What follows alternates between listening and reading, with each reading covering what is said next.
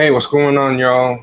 Was having technical issues. That's why that intro was going so long. Can y'all hear me? Yeah,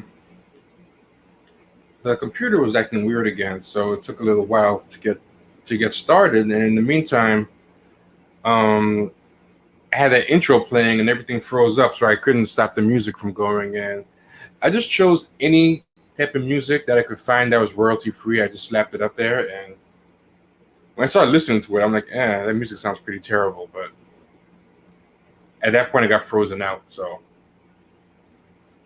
anyway, I think everything's working. I closed out all the programs in the background that were slowing things down. So I think everything is taken care of now. I hope.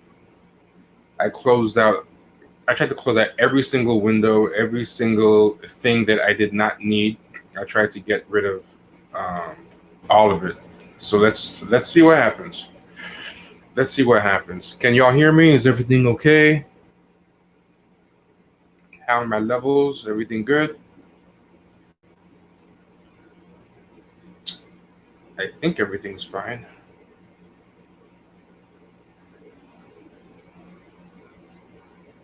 I think everything's fine. How's everybody feeling? Just let me know if y'all can hear me.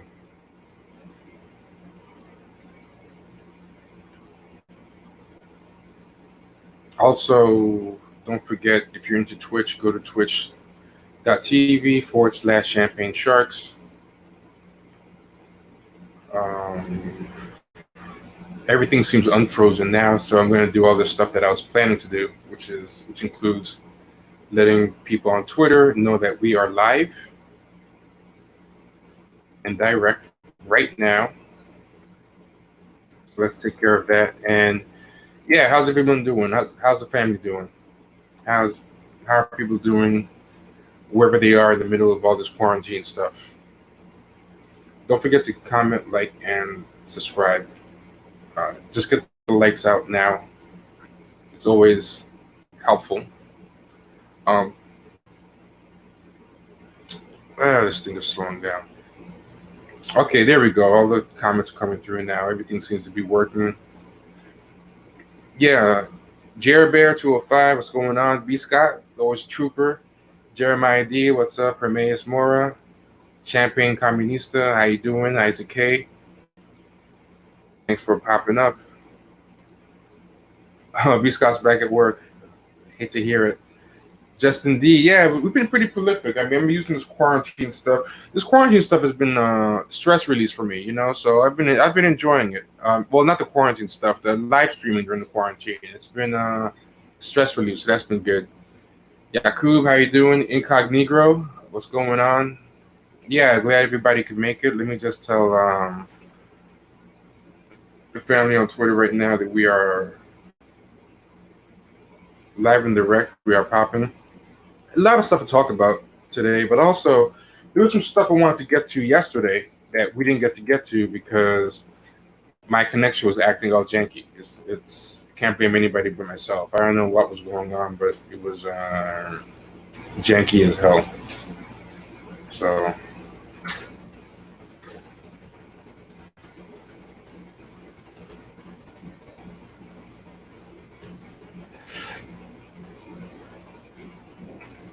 yeah, but it's gonna be pretty good. We have a wide array of topics, but they're all going to relate.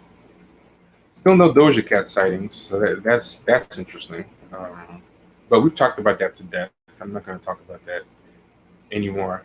I'm going to talk mostly about Biden, but we're also going to talk about more edgelord stuff and how this white lady tried to talk crazy, like a lot of these women of Tumblr, uh, women of color Tumblr edgelords, and they basically got in her ass. The white people got in her ass. She tried to talk about white men the way a lot of these women of color Tumblr types talk about men of color, and the white man reminded her pretty quickly who really runs the patriarchy. All this it didn't go great, and it was pretty funny. Yeah, someone said I have lag. I think I do. Um, do me a favor. People in the chat, just hit one real quick so I can see how bad the lag is. I want to see what I'm dealing with. I'm hardwired to the internet, so I can't get any faster. So I just want to see how bad the lag is. If people could just hit one. Okay, it's not too bad. It looks like it's clearing up. I closed every single thing that I could, so if it doesn't work, I don't know what else to do. But we're gonna hit the ground running. We're gonna hit the ground running and just knock this out um, real quick. But let's see. Okay, cool. Someone said no lag anymore. Awesome, awesome, awesome. So I'm gonna try something real quick.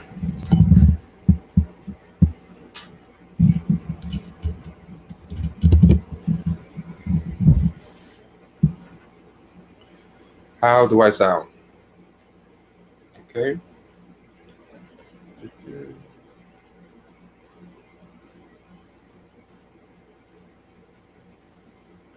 Okay, gonna test something out. We're gonna do one more thing, and then we're gonna hit the ground running.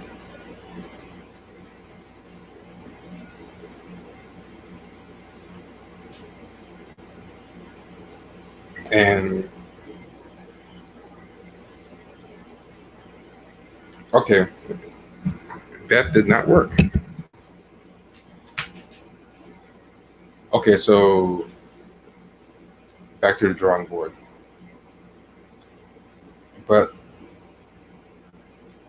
anyway, I'm gonna show you some quick stuff. We were supposed to talk last night about how a lot of these blue checks have been kind of losing their mind in their zeal to rehabilitate or fix Joe Biden's mistake.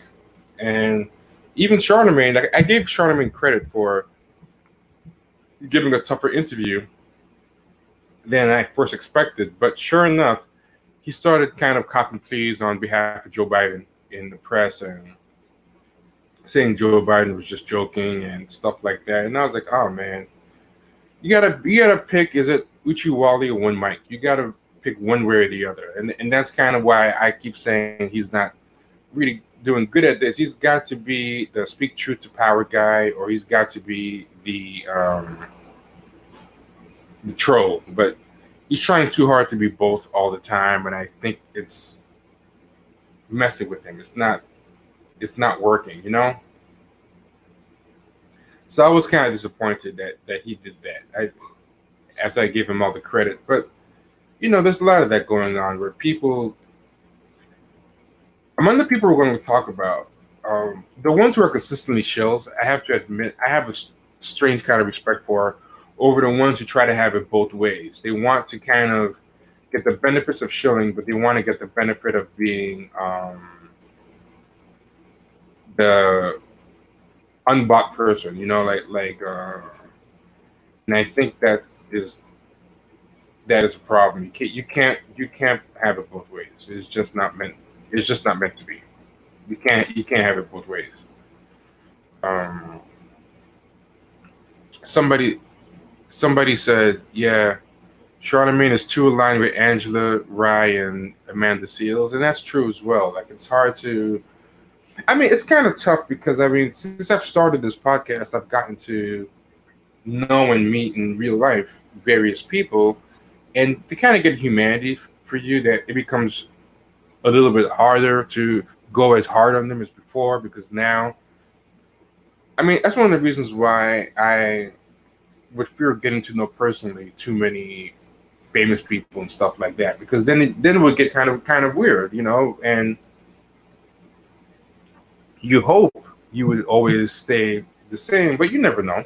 It's easy to say stuff when you aren't in that position yourself, but you never know. But yeah, but in the meantime, before we keep it going, dude, if you haven't already, check out patreon.com/champagne sharks. You get all the back bonus only episodes. You also get 2 new episodes a week instead of 1.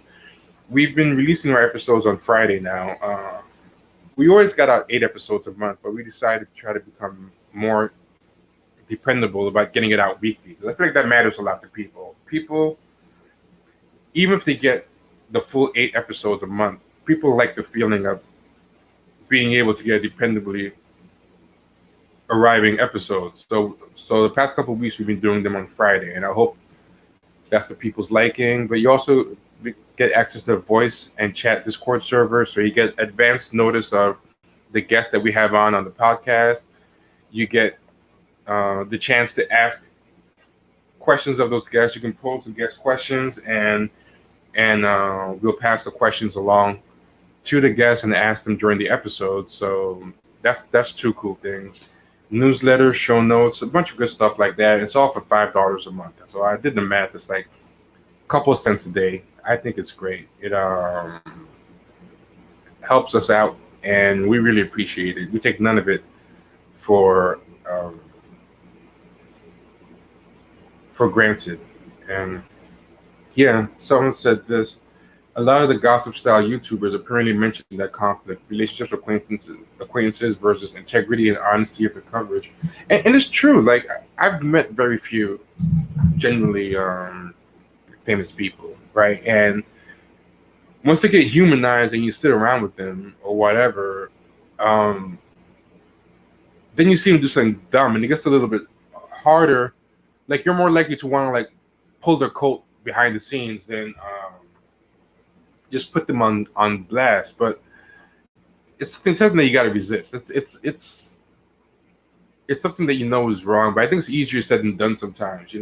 Jerry Bear, patron for 3 months. Thanks so much, appreciate it. Yeah, so let me just run through some stuff I was supposed to talk about yesterday, but never got to talk about. And I just want to get through it because we had a lot of lag and problems yesterday. But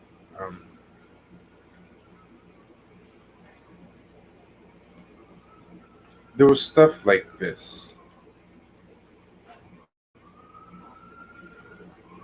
that Nicole Hannah Jones, the one behind the 1619 project, she said this, and she had to quickly take it down because everybody got in her ass. But she tried to defend Joe Biden by saying there's a difference between being politically black and being racially black. I am not defending anyone, but we all know this and should stop pretending that we don't. And then people kept pressing her, like, people were like, what the hell is this? And she deleted it right away, right? But even after she deleted it, she still couldn't help trying to be sassy. So she deleted it, but she was still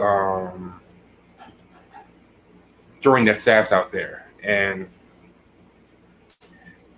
needless to say, it didn't go well. It did not go well. But I want to know, do y'all understand what this means? And she was, somebody was tagging her, so she was going into the mentions of people who were saying this makes no sense, and going, well, why don't you ask her what it means? People were like, well, what does it mean? And then she would play coy or dumb and not say what she meant. So she would I missed Yvette Carnell's take on Nicole's tweet, but please, I will take any input on what this tweet means. So please, in the comments, this is the time where I wish we had the setup that I wanted of getting the phone lines working. We're still working on figuring it out, but yeah, please, somebody explain what this means. If you are someone who knows what this means, please let me know, because I want to know. I want to know so badly what this means. Because yeah, anybody who can explain this thing, and I just hate how these people, they get always kind of sassy when you try to call them out, or not even call them out, but just ask them, like, what the hell are you talking about? What are you saying? Please just explain what you're saying. And they get super sassy. So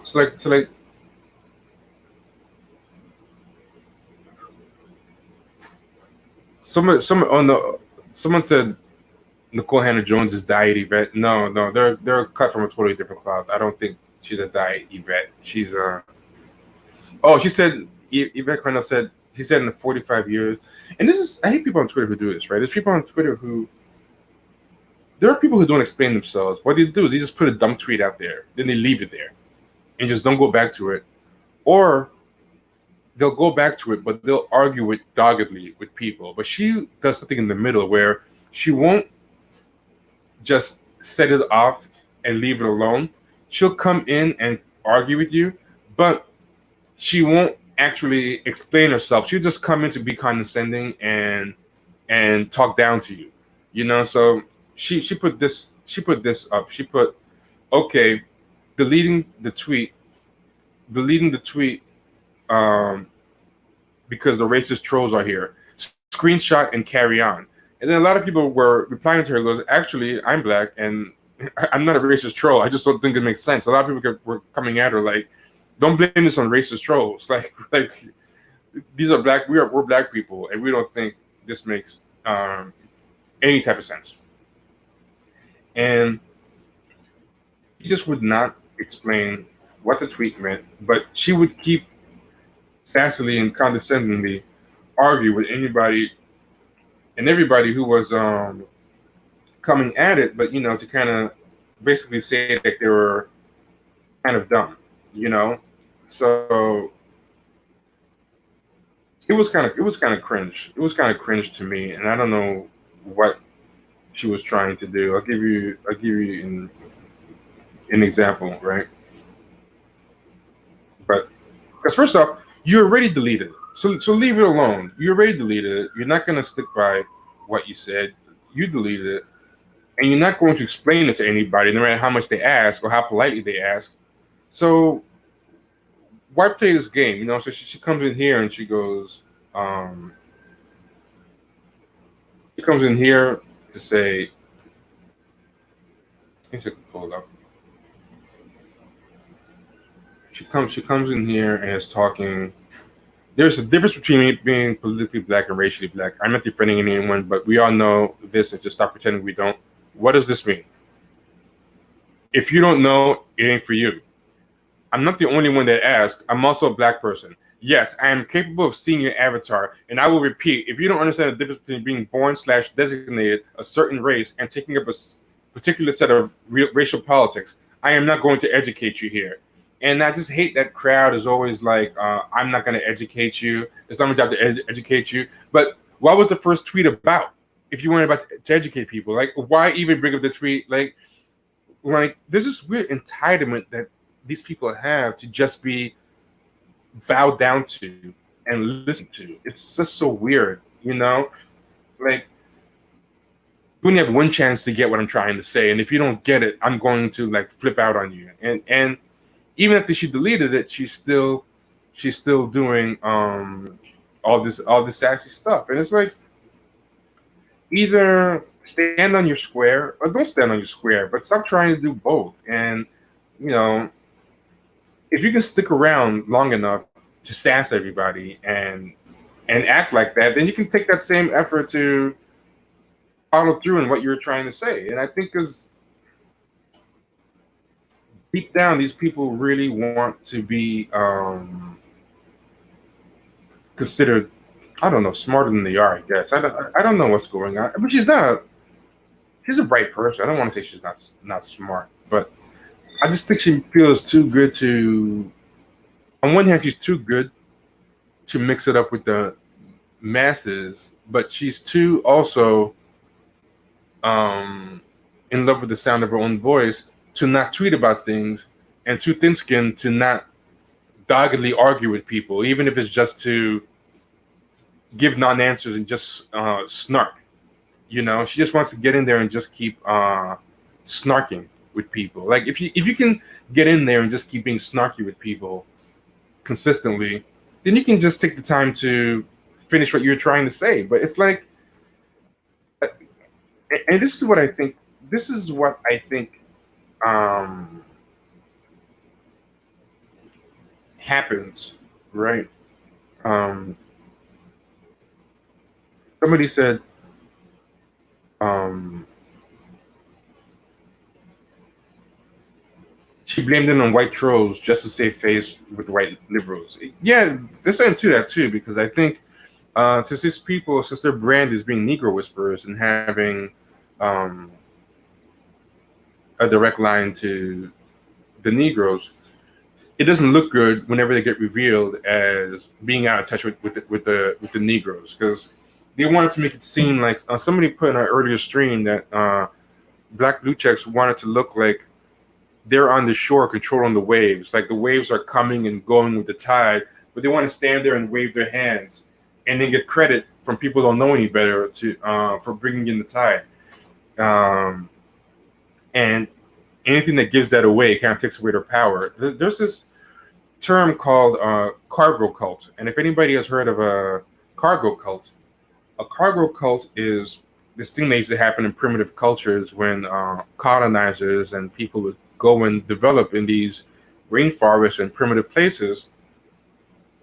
What they would do is the people would build a runway, right? They would build a runway, and then they would start landing planes, and the planes would come and go on this runway, and they would drop off like goods and supplies and all this stuff, and they would drop off cargo, some of it that would be going to like the native primitive people, right? And because they mixed up correlation with causation, what started happening is a lot of primitive people started thinking that the building of a runway creates the plane coming and the cargo arriving, and they would form what is called a cargo cult. It would be these tribes of people, groups of people that would duplicate runways in different places. You know, they would go and create runways and then just sit and wait for a plane to arrive. They would think, hey, if you build a runway, it's like Field of Dreams. If you build it, they will come. So they would build a runway and then think that the runway was what was creating, what was calling the magical planes and the cargo from the sky, and they call it cargo cults. And a lot of modern black punditry, a lot of blue checkness is kind of that. It's ideological cargo cults. Like they are trying to get white people to think that they're making the planes come down, or they're the ones making the tide come in. That's why in that clip of Alicia Garza that I played several times last week, she's trying to make it sound like everything that happened with black voters and black women coming out has been because of the 7 people with blue checks who are begging Biden for jobs now, you know, and trying to scare Biden into thinking that. And Charlamagne is kind of doing the same thing.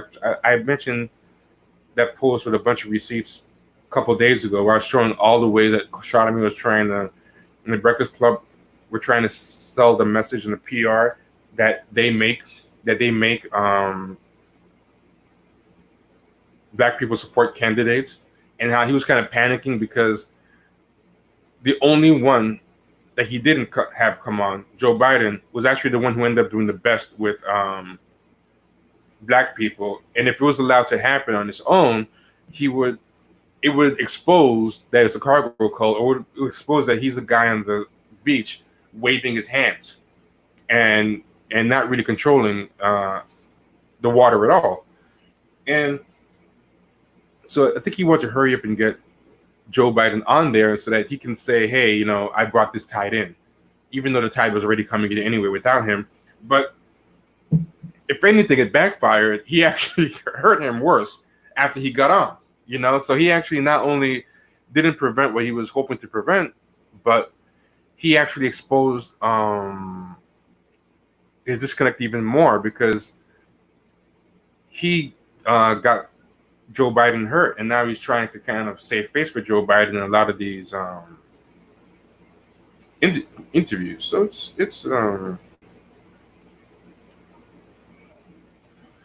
let me read some comments in the meantime. Yeah, so I want to see what some of y'all are saying.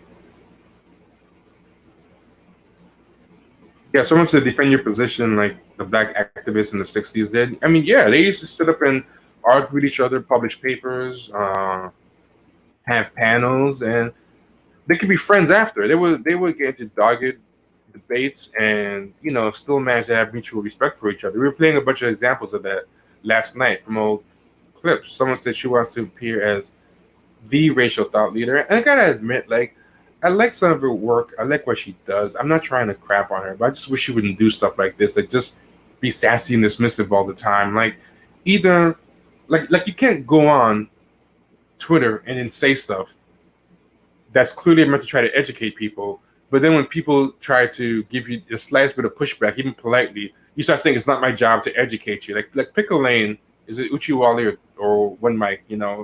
Um,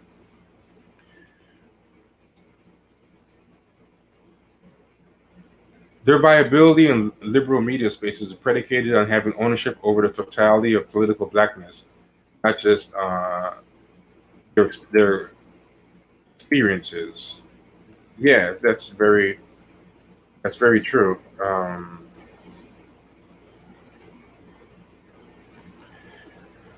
These people tend to overextend and truly believe that the white liberals that validate the views are about black people mean they are the arbiters of blackness.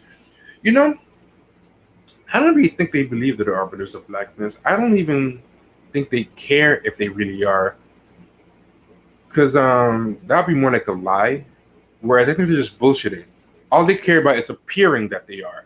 And I think whether or not it's really true or not is almost irrelevant. Like, if it does come true, or they can become the arbiters of blackness, that's even better. It makes, like, something being true makes selling the impression even easier. But I think whether it's true or not only doesn't matter to them, they don't actually even take the time to really see if it's true. They just are more looking at white people's faces and seeing if they're fooling them. That's their arbiter. I mean, that's their barometer for if what they're saying is good or not. If it's getting them closer to climbing, to getting clout, to getting credibility in the mainstream white media and stuff. Um, yeah, people are talking about this when she argued with Sandy Darity about reparations, and she couldn't acknowledge that she might have misspoken. She's always like that. She can never admit that she might be wrong, but she wants to stay in there and just keep arguing. I'll give another example, because this is after she deleted it, but she kept going, right? So right here, she's arguing with friend of the show and soon to be guest at some point, Jamel, goes by Jamel the Creator on Twitter, but Jamel said Shorty thought that post and delete wasn't going to get screen capped, LMAO, and he screen capped it on Twitter, right? My screen is pretty small, so I hope it's readable to you guys, because I'm sure you guys are seeing it on a bigger screen than what I have here, right? But he put that up. Notice he didn't tag her, right? But somehow, so somebody responds, "What the WTF? What the F does this even mean?" And it's clearly a black person. And then um,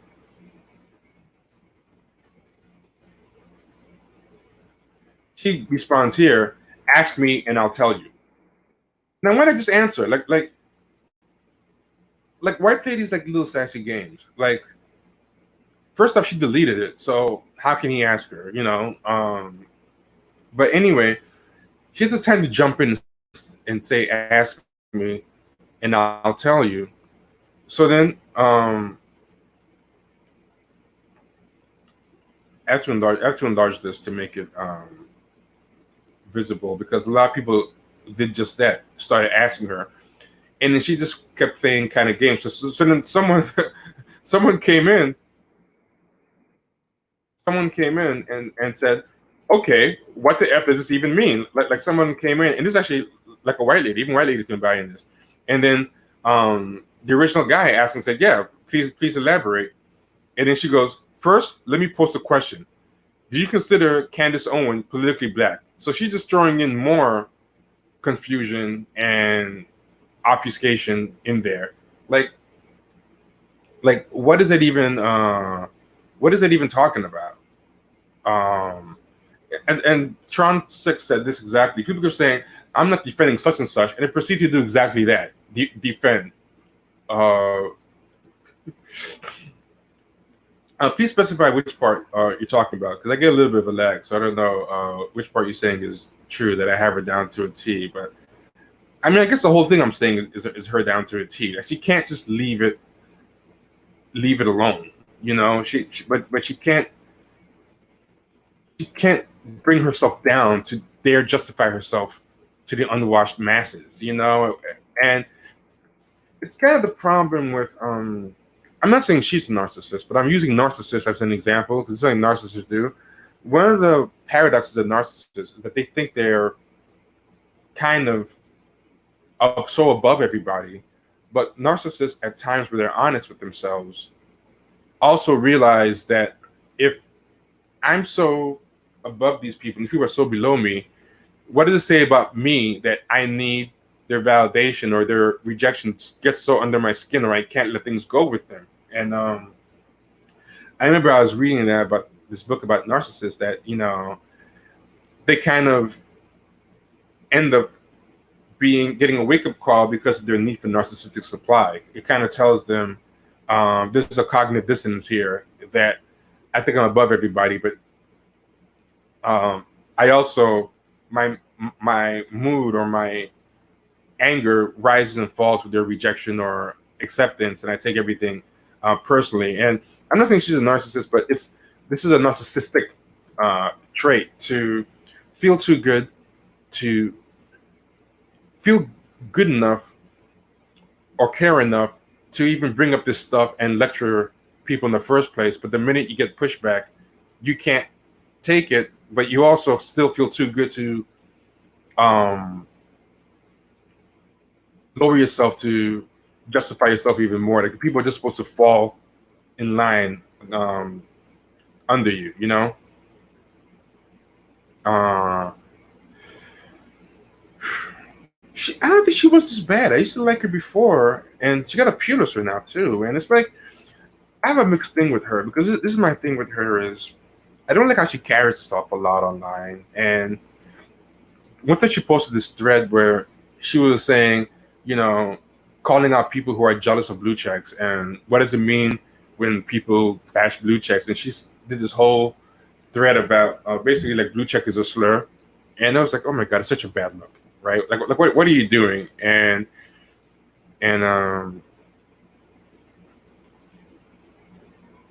someone said, now that social media is seen as a stepping stone and a way to build your brand, they will be under 24/7 trying anything. If they get slapped down, they'll try something else. But I don't think they will try something else, because social media is the only game in town. I mean, like, where else can you go but Twitter, you know, to get instantaneously heard? The only thing is if another social media thing replaces Twitter.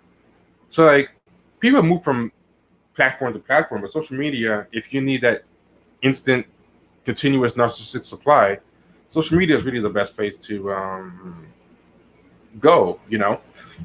But one mixed thing I have with her is I like the idea of a 1619 project, even though I'm not always crazy about everyone she brought into it. I like the idea of a 1619 project, and I like the idea of validating slavery as a continuing cause for a lot of the problems of Black people today. And I like the project, but the way she kind of defends it against naysayers, you know, I'm not really crazy about. But, and this is the Obama conundrum. Like, Obama, I really didn't like in a lot of ways, and same thing with D-Ray too. But sometimes you see racists coming so out of pocket and disrespectful at them, you end up being forced in a position where you gotta defend them. So I end up a lot of the times caping for her, because I don't want to see racists come at her, or I hate seeing bad faith arguments against her. So I get constantly in this conundrum. And they used to happen to me with Obama too, with the Tea Party people. Okay, Dylan Gray, I understand what you're saying now, and I agree with this. Thank you for clarifying. I see what you're trying to say. And yeah, this is true. If you heard our show on with Sam Vaknin. He broke this down very well.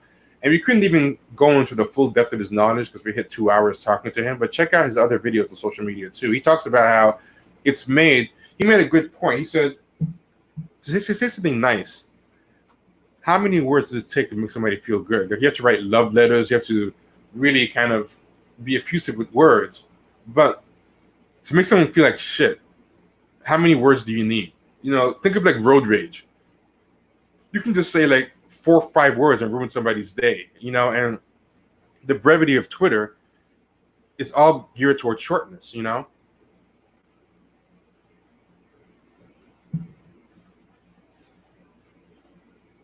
Yeah, so I mean, I don't know. Her whole thing in this thread was really bad. She kept going on. She would not let it go, but she wouldn't ever explain either.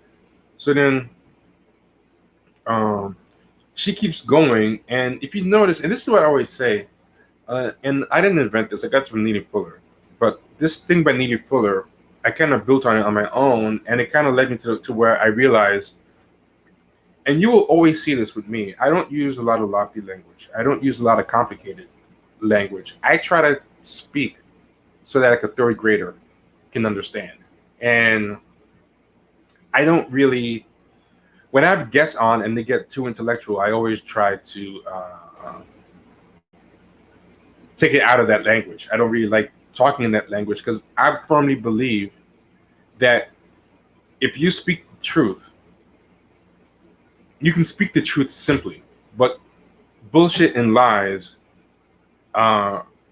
requires a lot of obfuscation and being convoluted. And I always feel like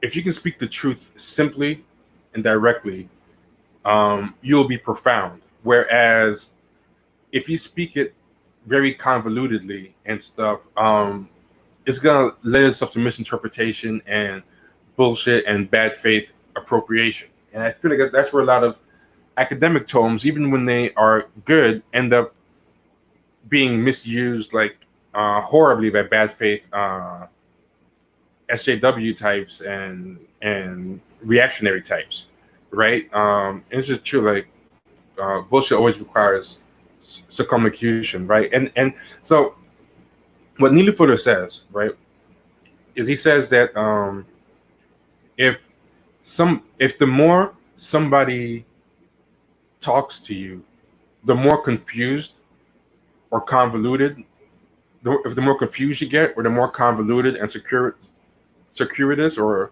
full of circumlocution the debate is, that person is bullshitting you.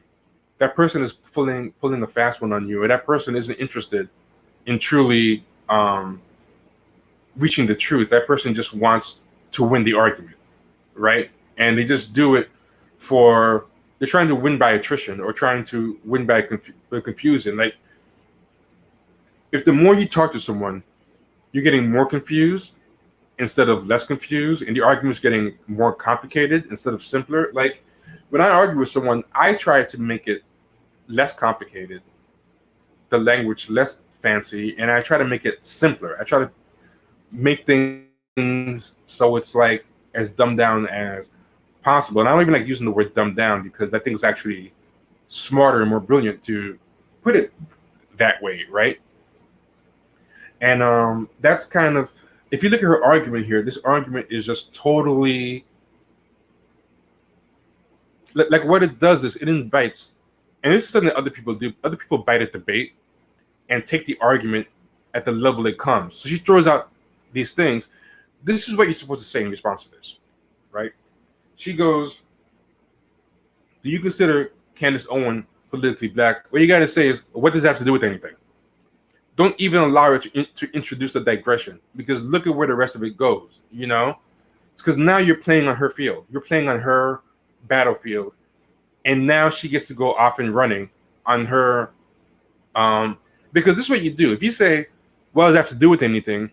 Now, if this is a relevant analogy or this is a relevant metaphor, now you force her to spell out why it's relevant. But if you just, to be clever, try to engage it at face value and accept the premise, now you allow her to just take it into a more ridiculous thing. And if you'll notice, now you're not asking the original question, like, what the hell were you saying in that original tweet? You know? And this is what happens. A lot of people, when they're smart, right?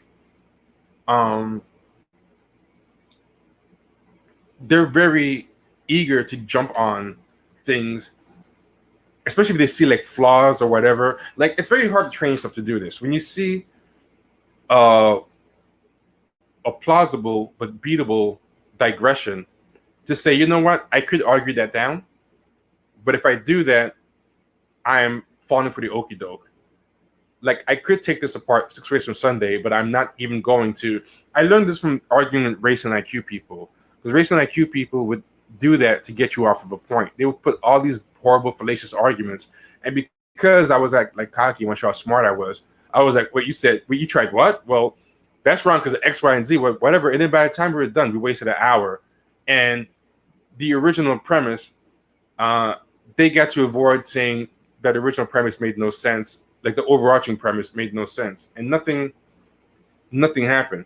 Yeah, someone said Mark Lamont Hill does this all the time. Mark Lamont Hill argues like this. He argues with a bunch of like digressions and stuff. And what happened is, you'll think you're winning because each of his digressions you're shooting down, and he just keeps introducing a new digression. But then by the time you're done, all you've done is just shadow box.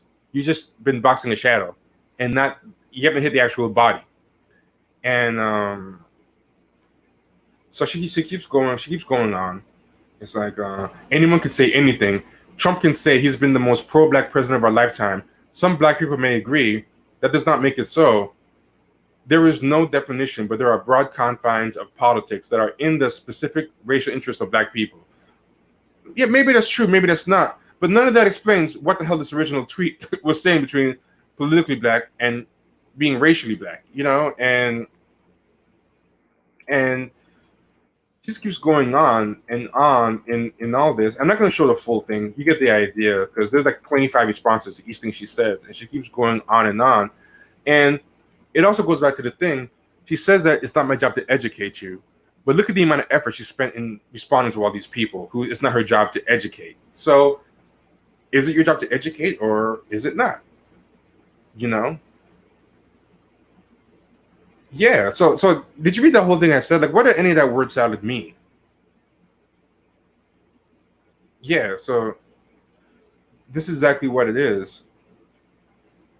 You win the debate only to look back over the thread/timeline and realize that the point you started off arguing is way off in left field. And now what you do is you don't win the debate. You win a bunch of skirmishes. You win a bunch of skirmishes, but you lose the war, because that's what like guerrilla warfare is. Like, you know, guerrilla warfare, you know, it's like a war of attrition. You know, bullshitters play guerrilla warfare because bullshitters aren't trying to get to the truth. They're just trying to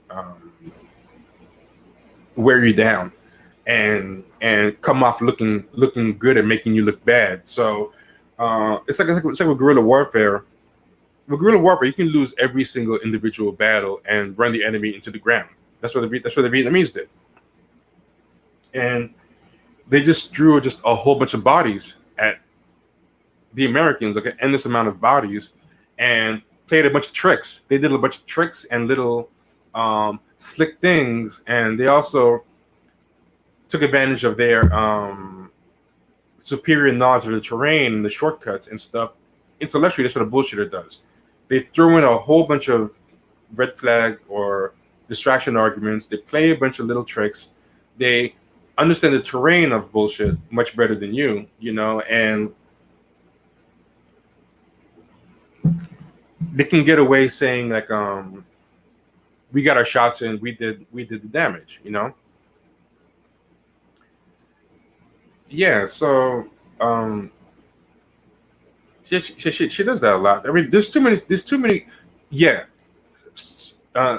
Stefan Molyneux is notorious for doing this. And one time I got into an argument with Stefan Molyneux online, and he was trying to do this to me. And this is Stefan Molyneux. He was talking about a bunch of stuff with IQ and this and that. And I said, Stefan Molyneux, why don't you just take an IQ test? Like, why are you relying on all this race science stuff? And this is the thing. Everything he was spitting at me, I could have broken it down about why this study is bad, why twin studies are notoriously unreliable. Twin studies don't work. And there's a bunch of literature and books that I can point to people about this, about why twin studies are notoriously bad, who they're funded by. They're funded by the Pioneer Fund, and it's really horrible. And I could bring up stuff about the arguments that I forgot the guy's name. There's a guy who wrote a really good Stephen Jay Gould did, and like this is an example like what they do. Like Stephen Jay Gould did a great book about called Mismeasure of Man, about why all this shit is bullshit, right? And this is what I hate about so many liberals or just smart pro-black people is they just always accept the premise, right? What a lot of right-wingers would do and race science people is they would harp on this thing about Stephen Jay Gould did something with skulls that I guess it was sloppy or some kind of mistake. And it probably wasn't even that big a mistake, but they actually exaggerate. So they would get people bogged down into arguing about the skull thing. Whereas the right thing to say is, you know what? Maybe he did fuck up the skulls. Maybe that part of it is totally wrong. You know what? It's 1/20th of the book. Who the fuck cares? Take it. You can have it. Now, what about everything else in the book? But instead, a lot of people would be bogged down saying, well, actually, you know, here's what happened with the skulls. No, this is happening with the skulls. What about this with the skulls? You know?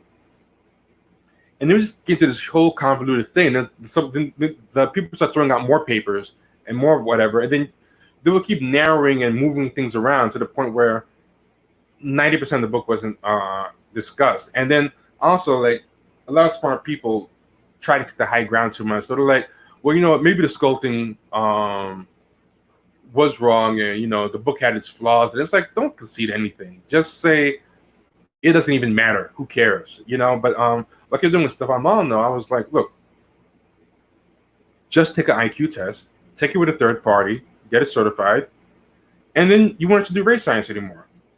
Because what's the point of relying on the fact that you're white and spend every day online on Twitter when you can just take the test? You know, like, that's the best way to prove it. Just you and everyone else, and you just kept dancing around it. And I just kept saying, so are you going to take the test? Are you going to take the test? And then everyone else started doing it too. And it started getting comical because he was like, you know, I guess some people deny science. And I'm like, well, I guess some people deny tests. Like, just take the test, you know? And every single thing he was spitting at me, I was just like, I don't care. Just take the test. And the longer, and he was like Michelle, like Nicole Hannah-Jones, he couldn't just ignore me, right? Even though I'm some low IQ black guy, you know, why does he care if I'm his inferior? Why does he care what I think? Why does he care that I'm calling him out or I'm saying I don't think you're smart or whatever? You know, he can't let it go, which makes him look bad already, and it's kind of revealing something about him and his fear of inferiority. But he also can't let it go, so he has to keep coming in and making himself look worse by keep dragging it down. Oh, I froze.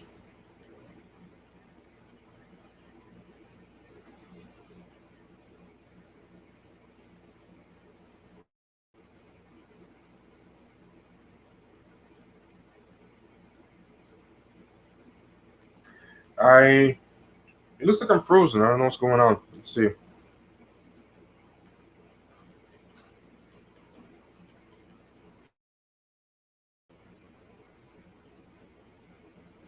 I think I'm frozen. Let's see what's going on. I'm going to look at myself on screen and try to figure it out. Frozen. Let's see what's going on. I'm going to look at myself on screen. Okay, so it seems like y'all can still hear me, right?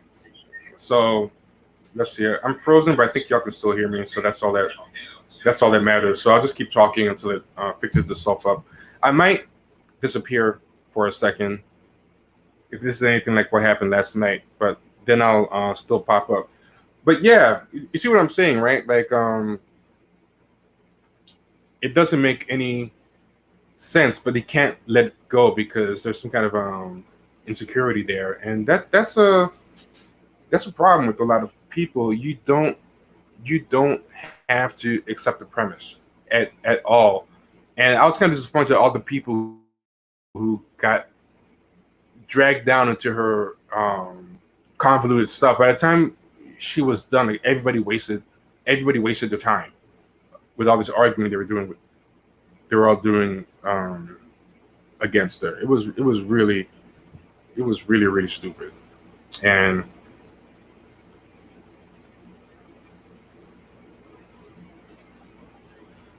yeah. Someone said Malcolm X would be great in this Twitter hot take era, and I'm like, yeah, I think he would be because he was very good at that. He was very good at not falling down those rabbit holes, because I think being too intellectual kind of puts you in that rabbit hole a lot of the time. And this is a weird thing. I have to actually look on Twitter to kind of follow stuff. It says that I'm lagging. Let me see if I can fix this. I'll be right back. Hold on.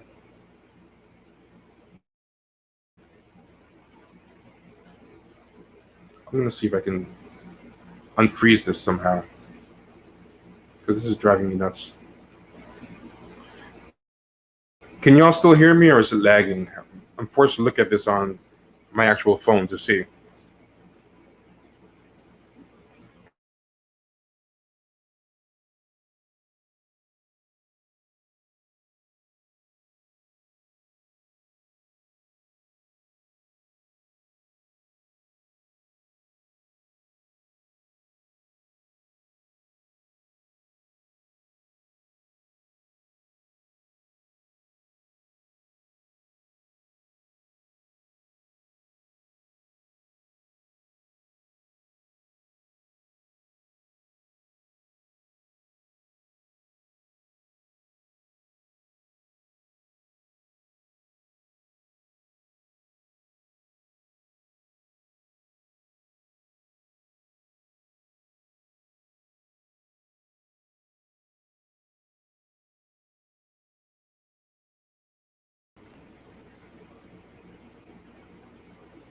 Okay, so it looks like we're back in business.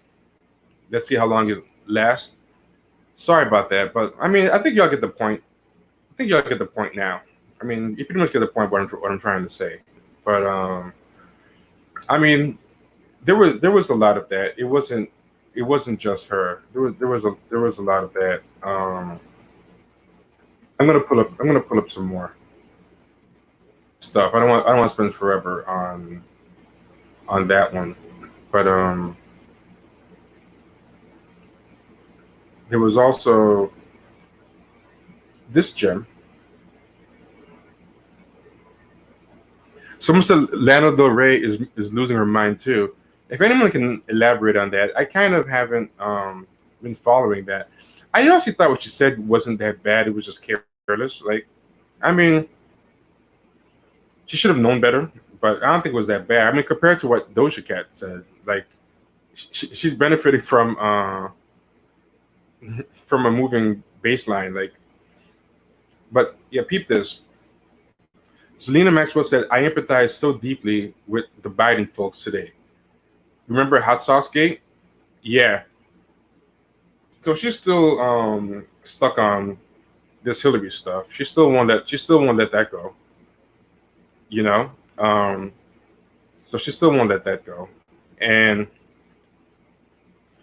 um, something funny I find about that is, she kept defending Biden too.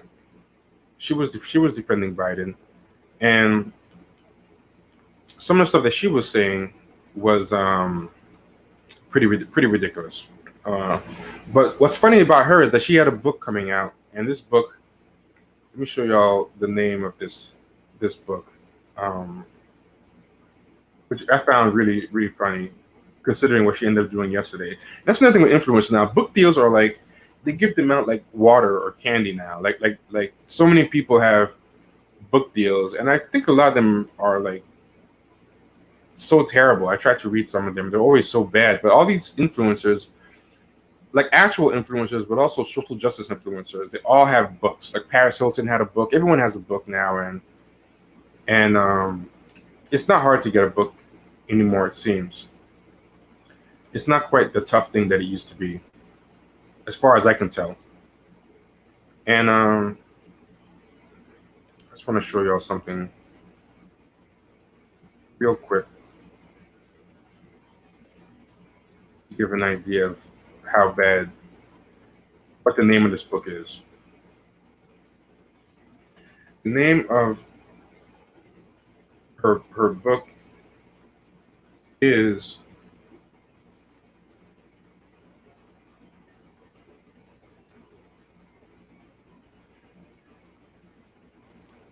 and I really want to read this book. I try not to hate read things or hate watch things anymore, but this one, I'm not gonna lie, I want to read it. And I'm sure it'll be readable in a day. I doubt it's gonna be hard to do. I'm sure it's gonna have an audio book, so I won't have to. I'm sure I'm not gonna have to really dig in there to really read, to get into the book. So let me just pull the book up.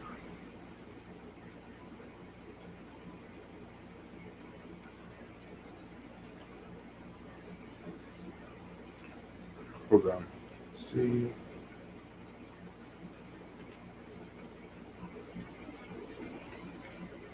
Let me get it up. My computer's all types of slow. Let's see. Huh. I think I figured out what it is. I think it's this computer program that I use to look at the pictures on the Mac. I think it's using a lot of resources, and I think that's what is causing everything to slow down all the time, because I wasn't using this program before. I only started using it last night, and that's when I started having these problems. It's the preview. It's a preview app in Mac. So I should probably try to find a different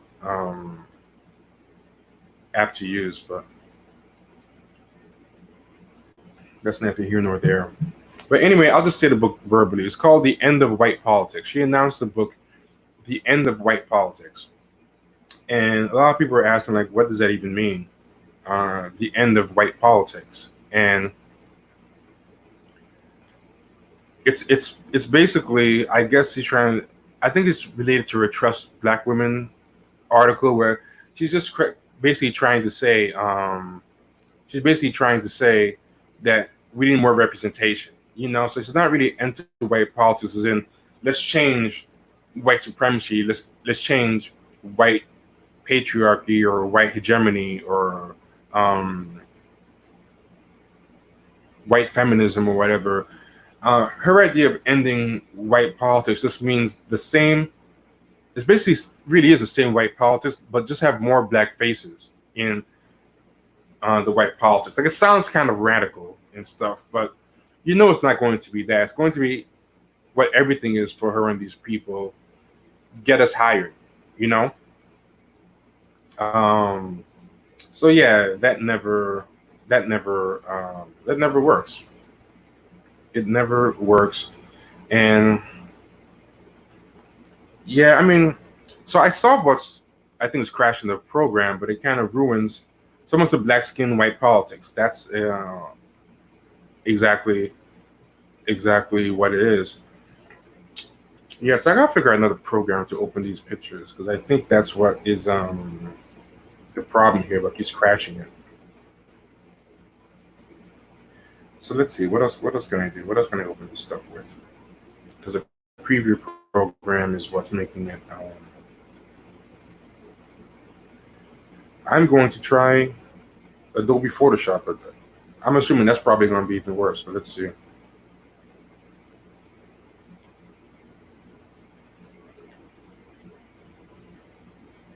All of these social media activists / operatives / hacks are eagerly waiting for someone to buy their mercenary services. Yeah, basically. I mean, that's the best way. That's the best way to put it, honestly. That's really all it comes. That's really all it comes down to. Um, but yeah, there's so much bad stuff happening out there. Toure was out there shilling in full force. You couldn't stop him. He was getting his shill on as well, and also Mark Lamont Hill. Something about Zelina Maxwell and Toure and them is at least they're kind of consistent. Whereas Mark Lamont Hill was trying to have it both ways. He was basically coming at Biden like crazy one day. Oh, that's an ugly freeze right there. That's terrible. That is not nice. But yeah, he was coming at Biden like crazy one day, and then the next day he basically caved in anyway and was shilling as hard as the rest of them, and that was worse than anything else. You know, he was doing so well, and he ended up disappointing me even more. But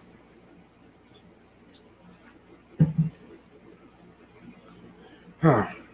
Anyway, everything is lagging. I don't know what to do with the pictures, but I have to leave the pictures alone for a second and switch gears.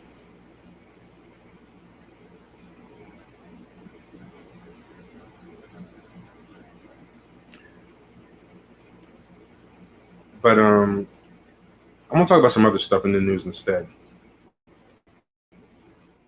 There was an article in the Daily Mail today that said, and I find this article really interesting. It's an article in Daily Mail, and the article says, if I can get my computer to unfreeze, this is horrible. I think I need one of those MacBook Pros. I think this MacBook Air is not really meant for doing heavy streaming and all that stuff. I think it's meant for kind of easier stuff. So y'all saying the visuals and audios are fine over where you are? For me, they're not. I'm like freezing up over here. Yeah, I don't even know. I'm going to have to like look into a different computer or something because this is like unworkable on my end.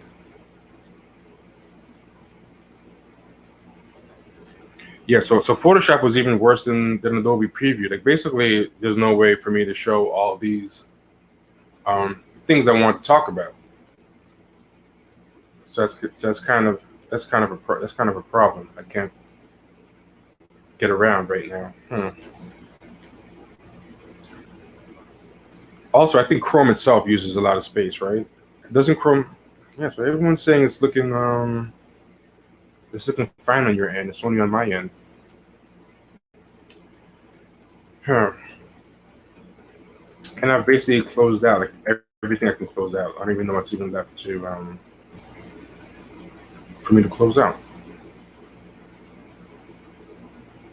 Who knows? Okay, I have to figure out something.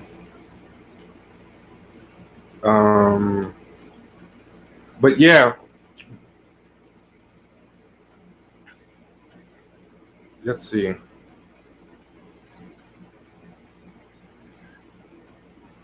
Hmm. I think I'm gonna have to actually maybe shut this down and restart it. I think I'm gonna have to shut it down and restart it. So let's see. I might have to do that. All right, y'all. That's what I'm gonna do. I'm gonna shut it down and restart it and see if that works.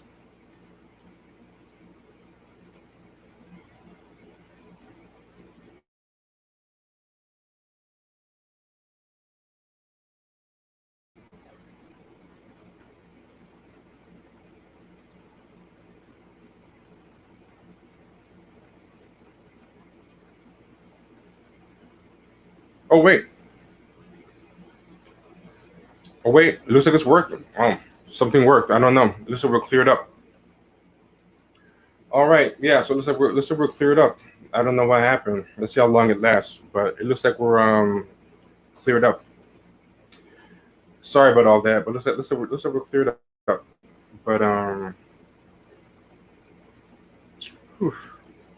someone said XNView MP image viewer. Yeah, I'm gonna have to try that. I gotta try something else because this is not working. Um, but let's see how long this lasts. Let's see how long this lasts.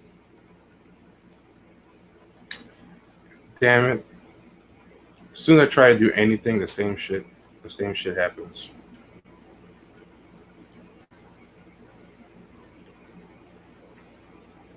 Yeah, this is gonna be a problem. Uh, you know what? Sorry, y'all. I'm gonna just restart this and see what I can do.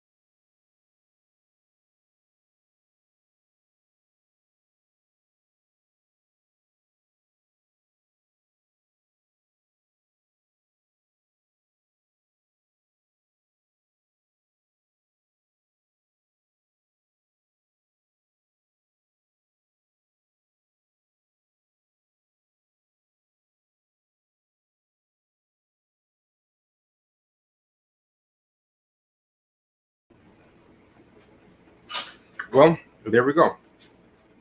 So you know what? I'm just gonna cut out that whole middle pause in the middle. I didn't even think that would even work, but apparently it did. Um, yeah, I thought I was gonna have to open up a whole new broadcast, but yeah, there you go. Um, yeah, I hope that works. I'm gonna stay clear of actually opening any windows for a while. But are y'all still there? Can y'all hear me?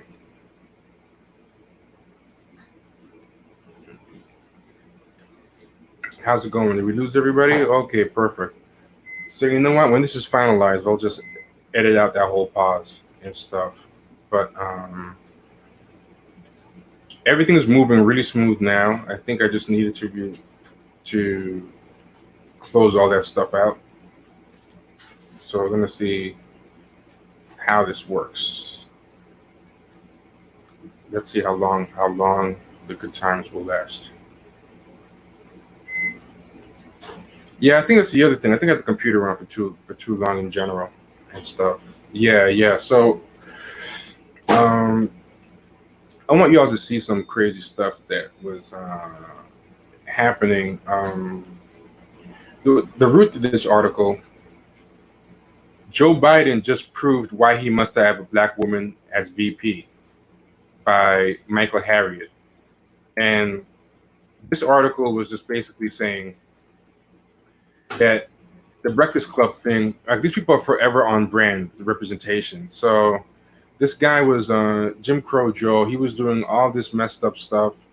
Um, and all they could think about is how this proves that he needs to have a black woman VP. And why would you want to put a black woman VP in that spot? Because first off, he's too stubborn and old school to learn or do anything different. You saw how condescending and dismissive he was to Charlemagne throughout the whole interview, not just at the very end, but throughout the whole interview.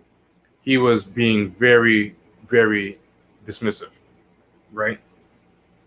He was not listening. So I really don't see him like falling in line, and his cognitive decline is not making it look likely that he'll listen. But like,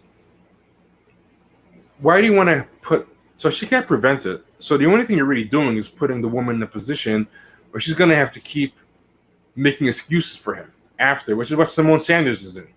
And Simone Sanders has been becoming the joke because of this. Like people have been making fun of Simone Sanders, and she's like ruining her credibility, constantly caping for Joe Biden, making excuses for the racist things that he says. So I don't even know why you'd want to do that to a person. And the article is pretty terrible. It says Joe Biden is a white man in America. White people are proud of the genocide of the indigenous people they call savages because the Native American Holocaust was a manifest destiny. Blah, blah, blah. White people aren't inherently racist, but America is. In America, whiteness is bulletproof. This guy writes in a very long-winded way. He always writes like this, so I have to jump to the point. Let me see what he's saying.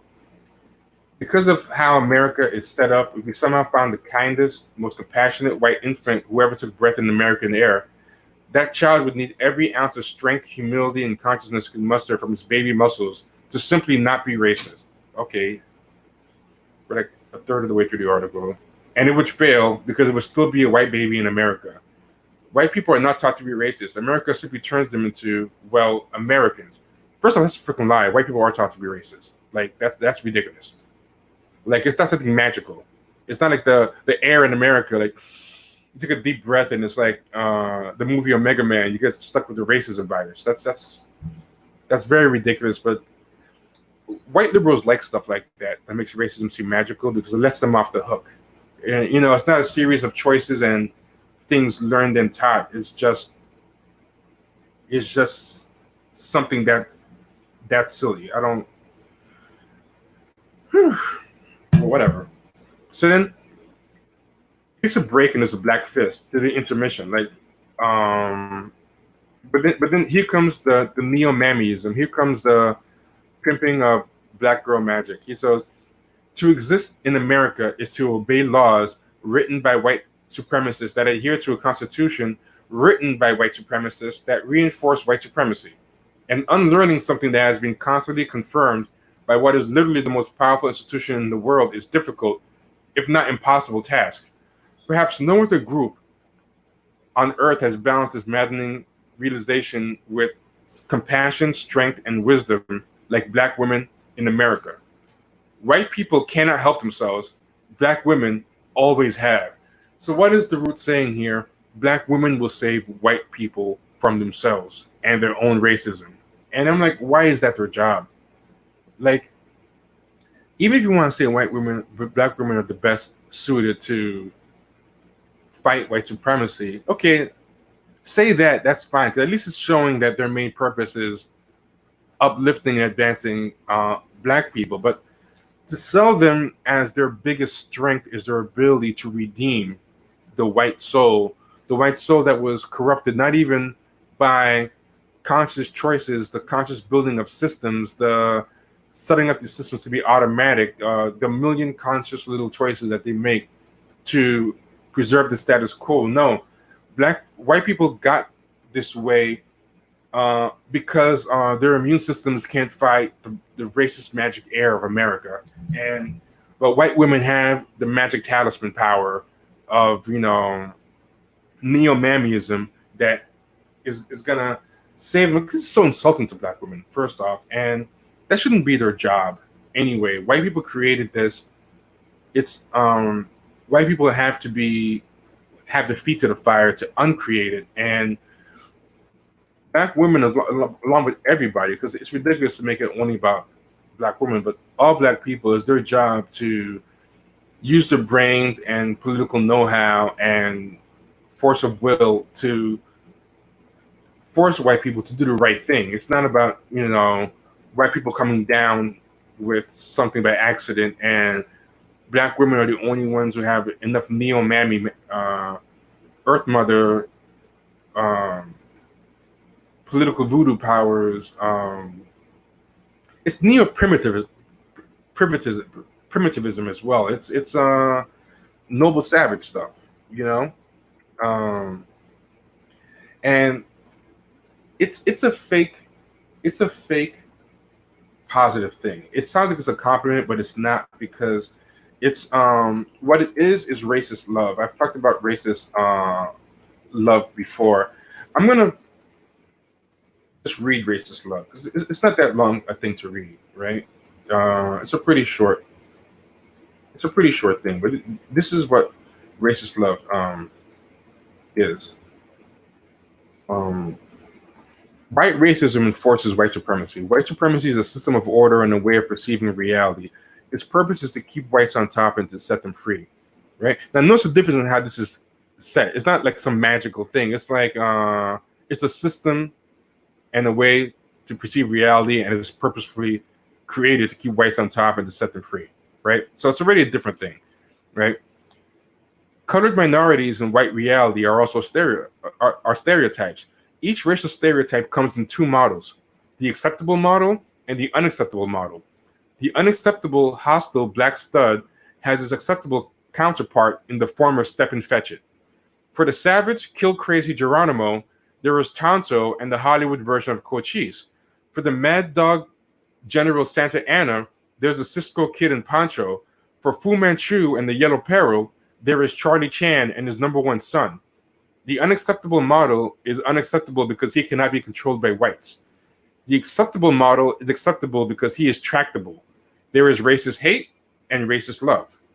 If the system works, the stereotypes assigned to various races are accepted by the races themselves as reality, as fact, and racist love reigns. The minority's reaction to racist policy is acceptance and apparent satisfaction. Order is kept, the world turns without a peep from any non-white. One measure of the success of white racism is the silence of that race and the amount of white energy necessary to maintain that silence. Likewise, the failure of white racism can be measured by the amount and kind of noise of resistance generated by the race.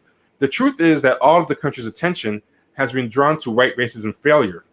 Everything that has been done by whites in politics, government, and education in response to the failure of white racism, while supposedly anti-racist, can be seen as efforts to correct the flaws, redesign the instruments, and make racism work. The object is to shut up the noise. do it fast, do it cheap.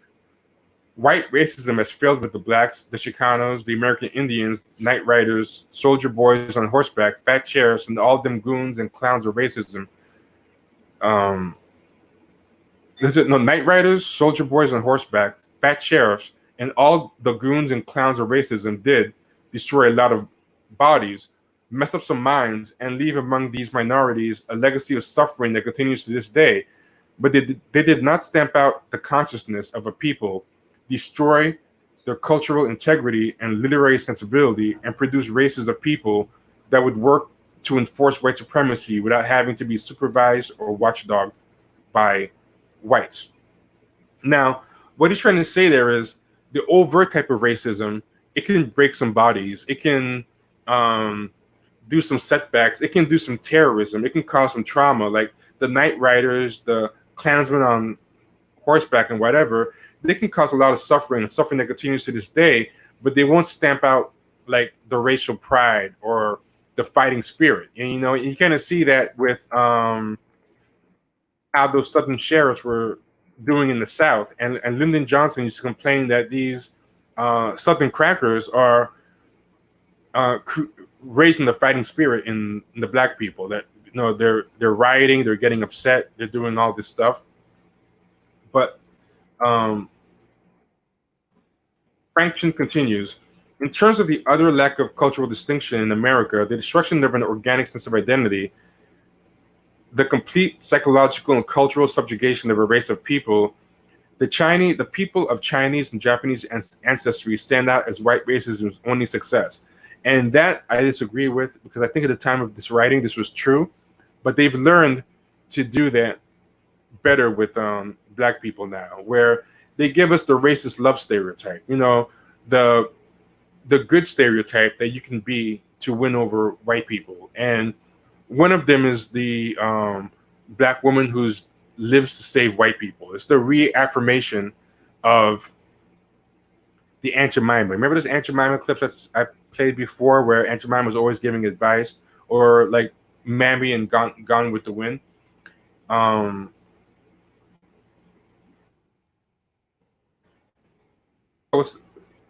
So it's like this. First off, notice the difference in how Frank Chin writes, right? I'm not going to read any more from that. That's the first couple of paragraphs. But see, in the first couple of paragraphs, you know exactly what he's talking about. From the first couple of paragraphs, from the first paragraph, you can Google "Racist Love" by Frank Chin to read the whole thing. I'm not going to read the whole thing. But notice from the first paragraph, you know exactly what's going on. Notice how the first 4 or 5 paragraphs of this thing is just a long digression where it's full of fallacious thinking, bad tropes, makes no sense before you even get to the point. And by the time it ends up getting to its point, the point is wrong anyway, and it's actually insulting, you know? And I hope what I read made sense, because I read it kind of fast. I didn't want to spend forever reading that passage, but I hope what I read from Frank Chin's Racist Love makes sense, and that you can see the connection between what this guy is doing in this thing, which is, first off, it makes no sense. And it's a bunch of bullshit. It's a bunch of convoluted whatever. But he finally gets to the point, right? So it's like white people cannot help themselves, right? And they end up this way. White people aren't racist, but America is, which makes no sense because countries are made of people, you know? Like, how do you have racism without racist? You can't have it. Like, everyone talks about where racism is, but no one seems to know where the racists are, except for the most cartoonish, overt ones. Like, first of, like, racism is only localized in Klansmen, Donald Trump, and Jeff Sessions, supposedly.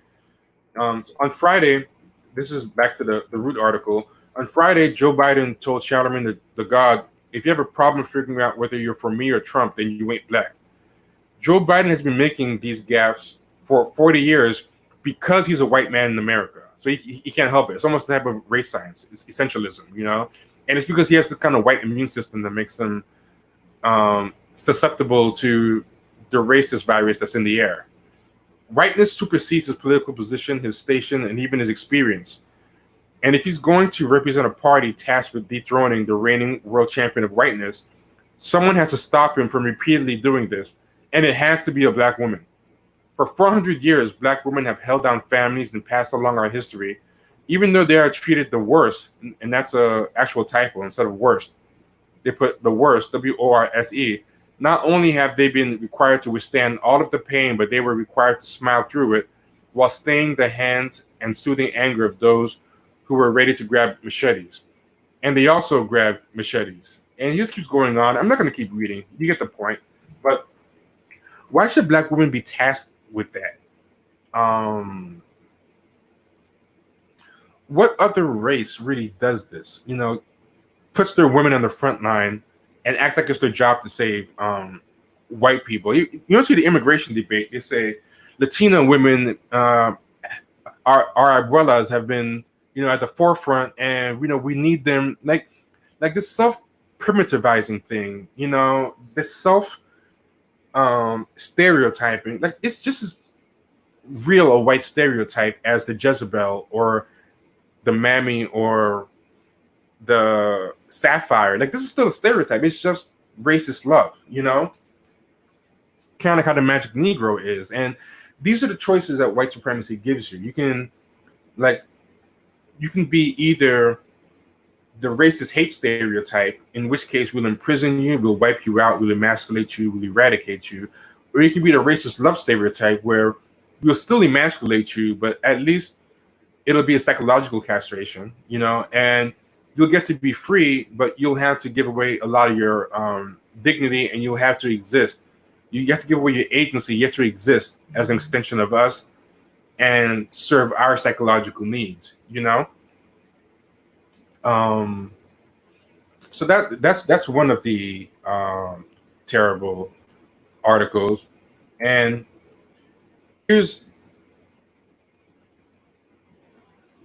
another article from The Root, came out the same week, and it's about Simone Sanders. It's written by someone else, but it's a perfect example of what you would have to do to play this game, right? Because look at how they're praising Simone Sanders in this article.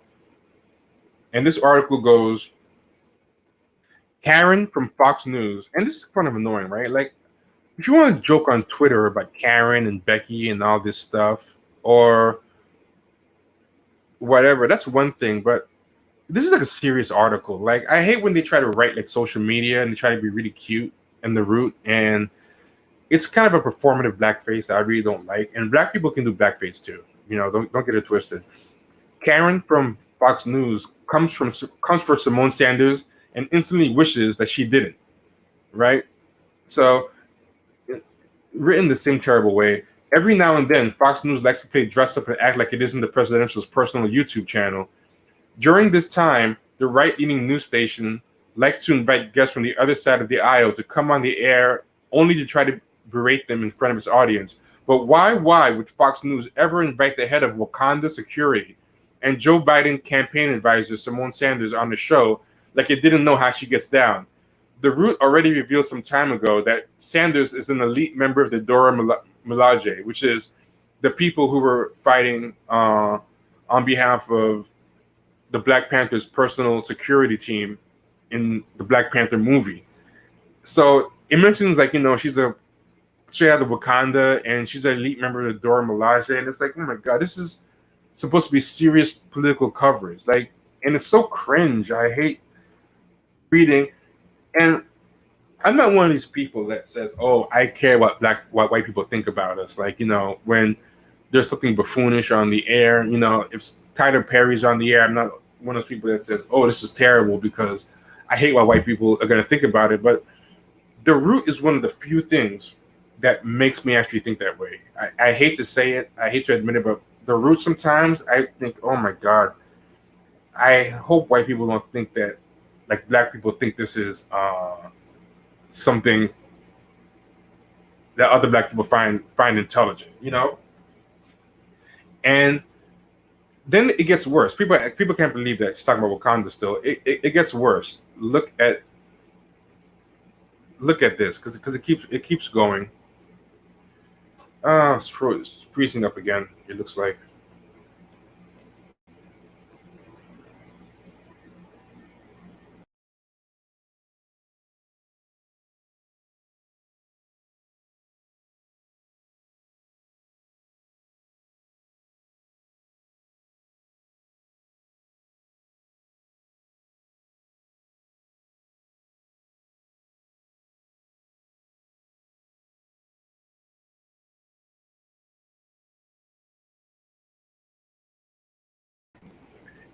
You know what? Maybe it's just StreamYard. All this time I was thinking it's other programs, but maybe it's just StreamYard because StreamYard's the only thing that just closed down right now. I think maybe StreamYard's kind of laggy, but yeah, I think it might just be StreamYard. I might have to end up moving to what do you call it? OBS. OBS is harder, but I think it probably works better. But yeah, the article gets worse. The article continues. The Root already revealed some time ago that Sanders is an elite member of the Dora Milaje, and most Black people online think that she's embarrassing, right? But they lean into this. Like a lot of people think she's kind of debasing herself and her rep. But it adds this. Hadn't someone on Fox News staff seen the footage of Sanders taking down a Karen during a Sanders campaign rally? And it plays this thing.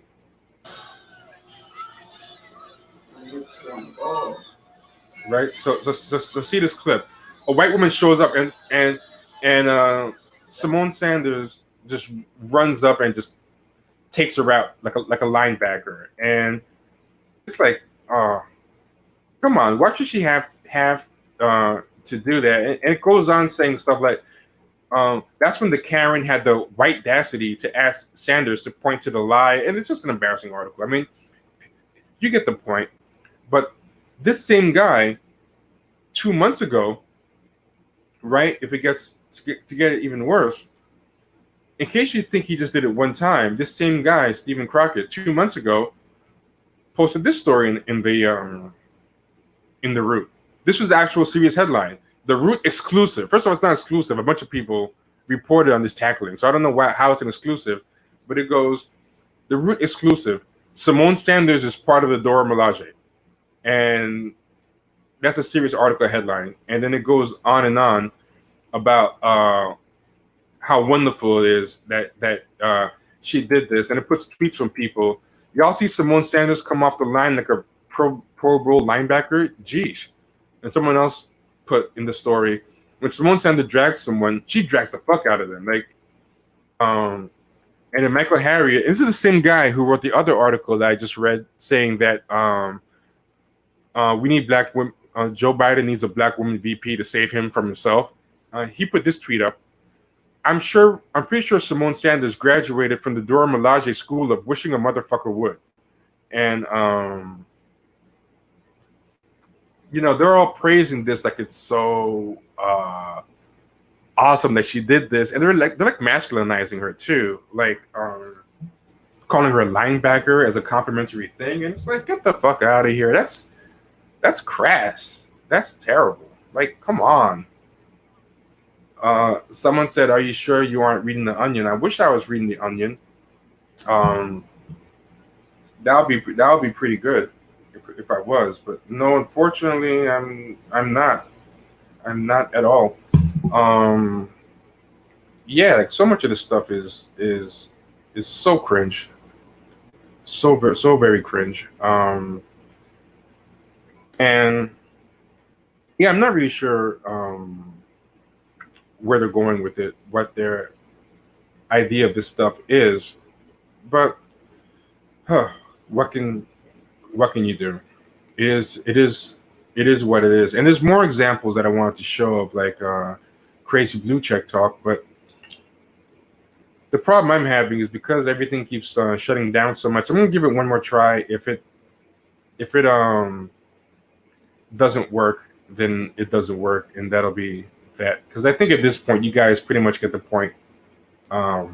Anyway, I don't think you need. But here is another one. This one is by Jamil Smith. Someone said Stacey Abrams got to tackle 5 Karens at once to get the VP nod. Yeah, basically. All she knows is a pat in the head for that. Someone said Joe Biden got too comfortable. This is from Rolling Stone. Jamil Smith. A Friday morning radio gaffe helped the presumptive Democratic nominee realize why he still needs to earn the support of Black voters, by Jamil Smith. right? And these people, they always start their articles in weird ways that have nothing to do with what the thing is about. The same way that last guy had this whole digression about whiteness being the virus that infects racism is like the virus that infects Black America. It's in the air of what is it? The racism is a virus that affects white America, and they're defenseless to it. And the baby that's born gets all this stuff, like all these weird social justice jargon digressions that have nothing to do with the article. This starts with one too. Like in the midst of a pandemic that is killing Black, Indigenous, and Latino people disproportionately, we do indeed have larger things to be concerned about. Like, what does it have to do with anything? What does the fact that there's a pandemic going on have to do with whether or not we should critique Joe Biden? Like, it's just like a woke talking point that is just there to kind of make an excuse for Joe Biden. Like, don't use real issues or woke talk to pretend to care about something, right? If you are familiar with the Breakfast Club, you know Charlemagne doesn't throw softballs. It was a challenging interview for Biden, which he was testing on stuff. And then, they bring up what happened. And then, again, the splaining digression. We start splaining. This country has a rather fraught history of white people in particular determining who is and who isn't Black. One-drop rules and paper bags not only assign values of shades of melanin to the skin of our ancestors, but to their very humanity. I realize that Biden has not historically had too many barriers on his tongue and is prone to say much of anything. However, I would expect that the white man who served as vice president under the first Black president, at a time when Obama's Blackness and authenticity were unfairly called into question, might keep all of that in mind. And this thing acts like it's holding Biden to task, but if you notice, it's low-key making excuses for him. Like he can't help it. Nobody ever showed him any better. I expect better from him, but America and whiteness being what it is, and as he goes on, you start realizing that he's actually making excuses for it, because after all that, here comes the but. He says, Biden will get nowhere with these arguments, but in his apology for the Ain't Black comment, he seemed to get it. So there we go. Now we get to the point of the thing. Carry water for Biden. I shouldn't have been such a wise guy, he said after dialing into a call with the U.S. Black Chambers Friday afternoon. I shouldn't have been so cavalier. Though he protested that he had never ever taken the African-American community for granted, per reporting, Biden didn't went on the offensive, criticizing Trump's Charlottesville praise of neo-Nazis. Ultimately, the former vice president needs to do more of this. And it basically says, yeah, he shouldn't have done that, but we know his heart, we know he's okay, and eventually he did the right thing, and all he has to do is just do a bit more of it. And at the end of the day, he's not Trump. So yeah, it's the same thing. And they always filled with these stupid, long digressions into social justice history and speak that has nothing to do with the thing at point, just platitudes and cliches. And something else that came up that's kind of funny, right? I actually want to talk about this too. Who is Jamil Smith? He's this Black blue check writer, right? Who is known for he's known for kind of shilling for Hillary, and it's not an imagination. Like Jamil Smith was actually busted in a leak from the DNC in 2006, showing that he was colluding with right. So peep this story. Peep this story, and this should be fatal to somebody's job, right? I don't know how many people know about the story, but check the story back in the day. Mainstream media recap. It's from the New York Observer. Who colluded with the Clinton campaign? This election cycle was unprecedented in terms of the bias and lack of objectivity exercised by the mainstream media. And basically, there was this thing that came out where they basically, it's these emails from the DNC where they basically found out that the campaign was basically grooming people in the media to work for it, the DNC. And the DNC was finding people that they thought could really work. So it says several prominent bloggers, MTV News' Jamil Smith, who was one of them, uh, were selected by the Clinton campaign staff to attend a conference call in which they could disseminate information they wanted the bloggers to propagate, quote unquote, without our fingerprints. So the email actually said, Jamil Smith is a good guy that we can use, and let's get him on this conference call to get our stuff out there without our fingerprints. So this was on a verbatim leaked DNC email that came out in that WikiLeaks thing. So they got him, but here's a list of people just to see how bad it is. Several prominent bloggers, MTV News' Jamil Smith, Guardian columnist Sadie Doyle and Jessica Valenti, Tech Lady Mafia founder Amina Tosau, America's Voice Gabe Ortiz, and Latino blogger Elian Ramos, who was later hired by the Clinton campaign, were selected by the Clinton staff to attend a conference call in which they could disseminate information they wanted the bloggers to propagate, quote unquote, without our fingerprints. Vox's editor-in-chief, Ezra Klein, was cited by Clinton campaign as an attack dog they can use to push out a story they were putting together. All these outlets and news networks play significant roles in perpetuating false narratives in favor of the Clinton campaign. This includes the Bernie Bros myth, the whitewashing of the Sanders campaign, and adding superdelegates to the Democratic primary tallies, right? And,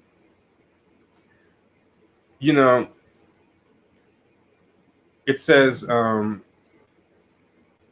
emails show Clinton's camp's plans to work with writers to hit Sanders, So a new batch of hacked emails released Friday revealed that the Hillary Clinton campaign worked to coordinate with liberal bloggers to indirectly attack her Democratic opponent, Bernie Sanders. And this is the actual quote verbatim from the email.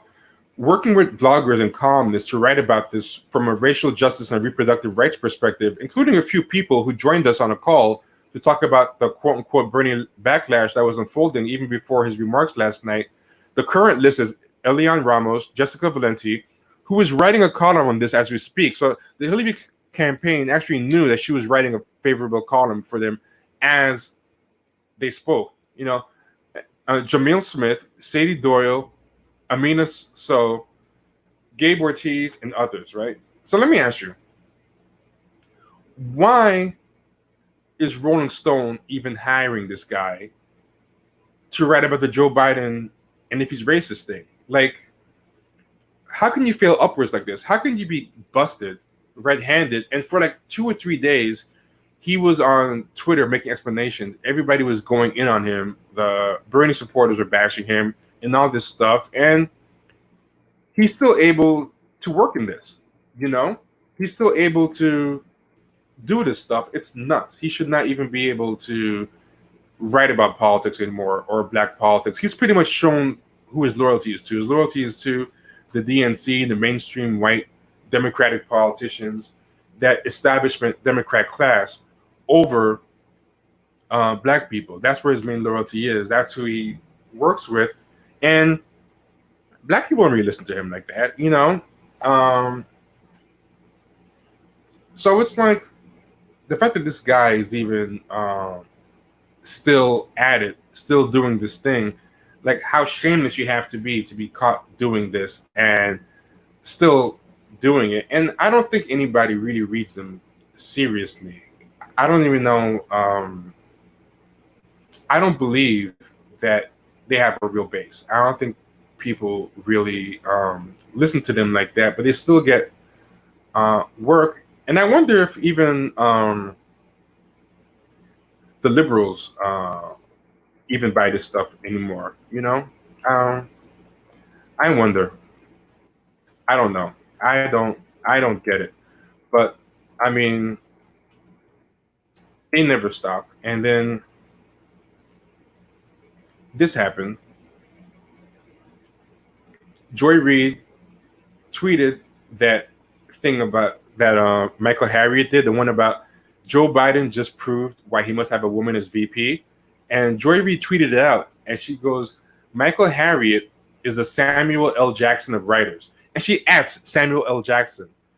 I said it before, I'll say it again.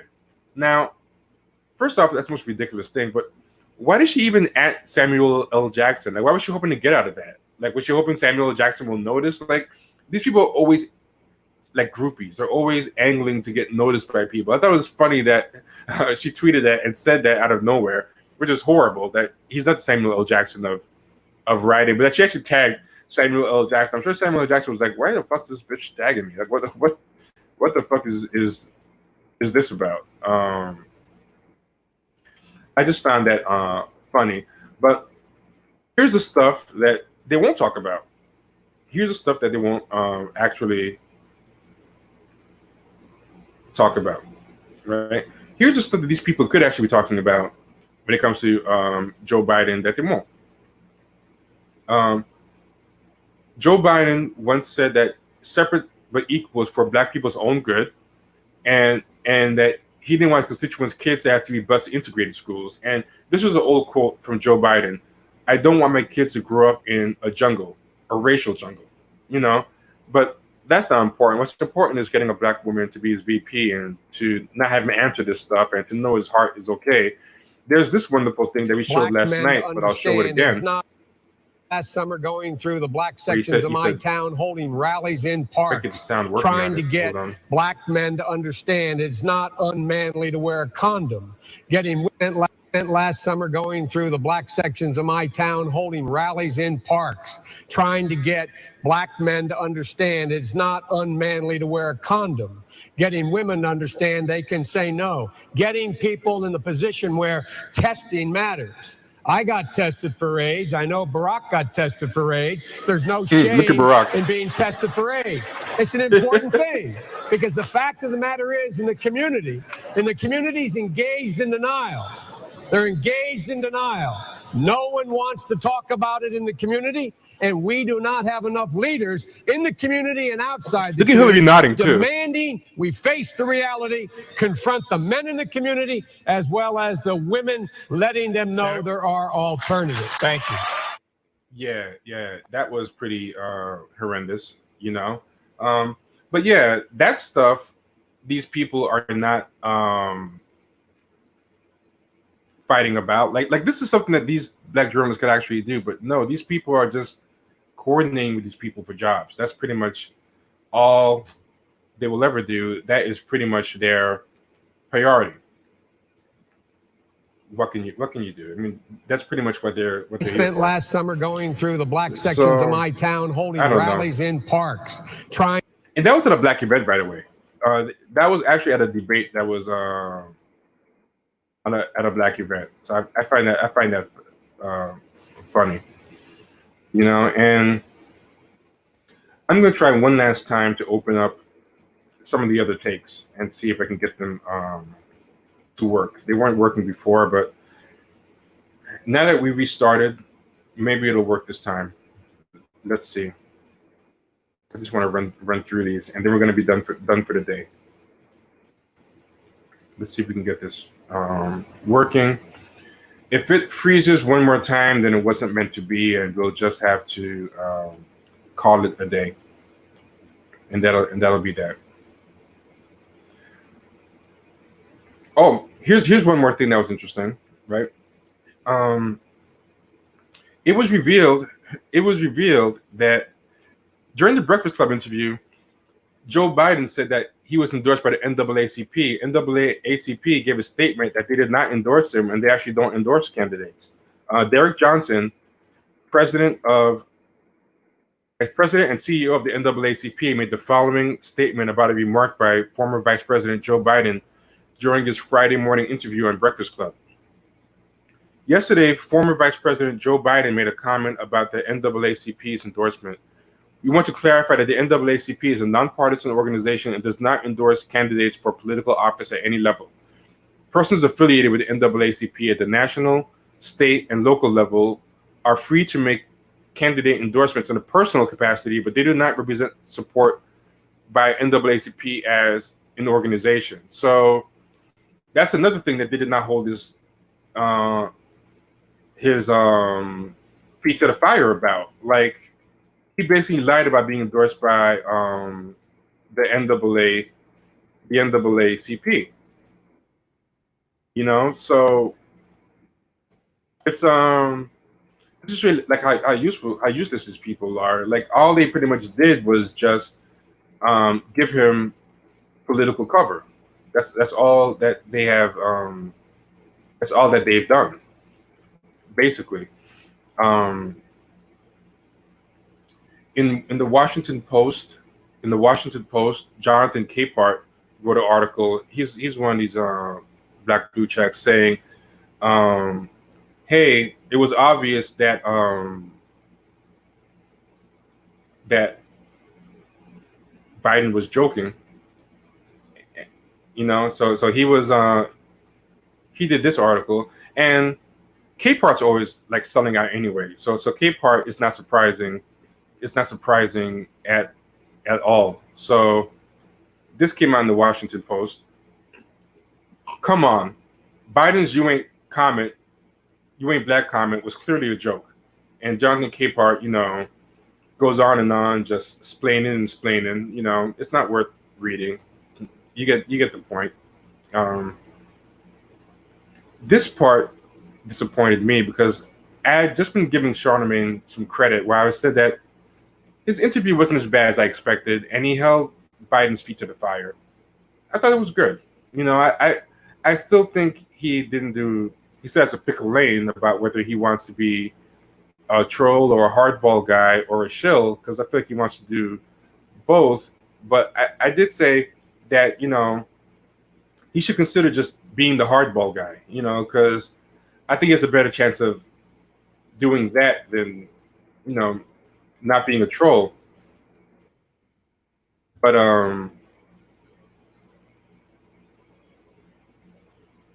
he ended up, the thing I didn't like that he did is that he ended up kind of backtracking a little bit. I thought it wasn't terrible, but what he said was when they asked him about it after, he didn't totally backtrack, but he kind of was like, we've been loyal to the Democrats for a long time. Black people have invested a lot in this party, and the return on investment has not been great. As Biden said in our brief interview, when I asked him if Dems owe the black community, absolutely was his answer. So let's see what you got. You know, votes are a quid pro quo. You can't possibly want me to fear Trump more than I want to fear my people, you know? And then that part wasn't so bad, but then I read something later where he was kind of saying that he thinks Biden's heart was in the right place, and that clearly he was joking. And that part I wasn't that crazy about. I can't find the quote now, but he basically to me helped Biden walk it back a little. Unfortunately, I can't find it right now, but that's about it. I think it's about everything that I wanted to talk about. I'm going to try one last thing, and then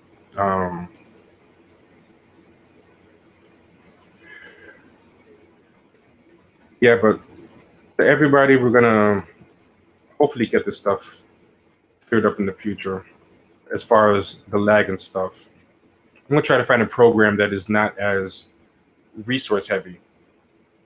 But okay, this is what I was trying to do before when things got shut down. So let's see if we can make it work today. We're going to give it one more try. Let's go.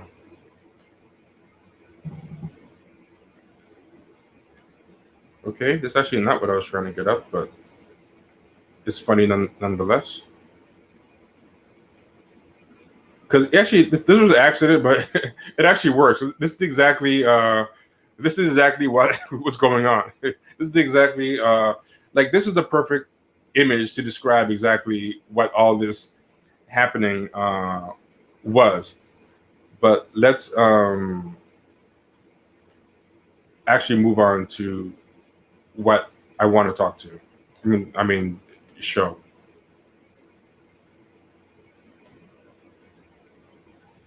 We're gonna try this one more time.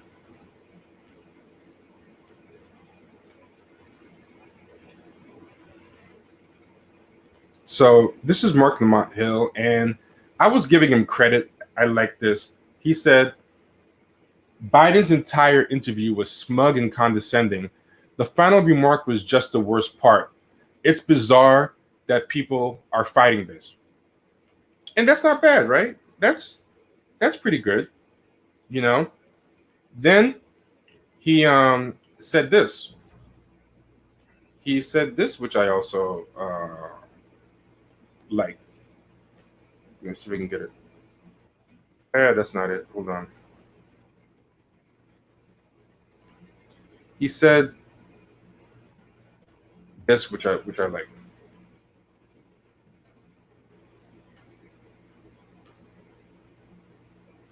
He said, someone said Biden is a bit weirdly Trumpish, and then Mark Lamont Hill said exactly. And I was like, oh man, Mark Lamont Hill is going in. I was like, okay, Mark Lamont Hill. You know, do what you got to do. I'm definitely feeling this. And then he wasn't stopping. He was not stopping. He came back and then he said this. He said, this gem, where he said, this Joe Biden interview is precisely where we got to stop giving white people invitations to the cookout or fictive kinship status like uncle. We can no longer applaud and reward liberal white people for showing basic decency or worse, merely hiding their racism. I was like, okay, I'm feeling you, Mark Lamont Hill. I don't know what's in that water. After they turned on you with the Palestine stuff, you really switched it up, and I was thinking that. I was like, yo, I feel you, Mark Lamont Hill, good job. But of course, that couldn't last. It just couldn't last. You hate to see it, but it couldn't last because eventually he came back with this, unfortunately. And you hate to see it, but hopefully this is it. Yeah, this is it. After saying all that stuff, he comes back. Time does an article. Joe Biden walks back cavalier comments about the Black community's support for his campaign. And Mark Lamont goes, this was critical.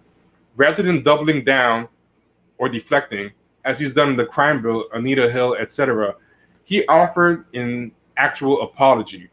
In addition to being the right thing to do, it offers another contrast to Trump. And I was like, if you were gonna give in that soon, you might as well just have shielded the whole way. Like why even do that? Like, why do that? Just be a total shill. Like I hate that more than just being a shill. I would rather he just be a shill. In a weird way, I actually like what the other people do better.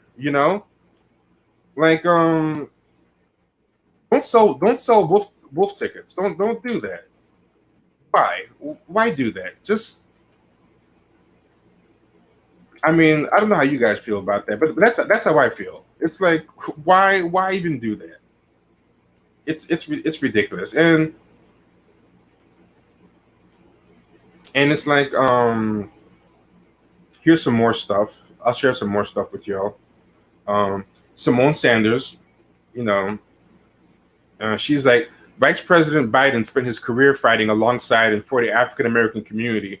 he won his party's nomination by earning every vote and meeting people where they are, and that's exactly what he intends to do this November.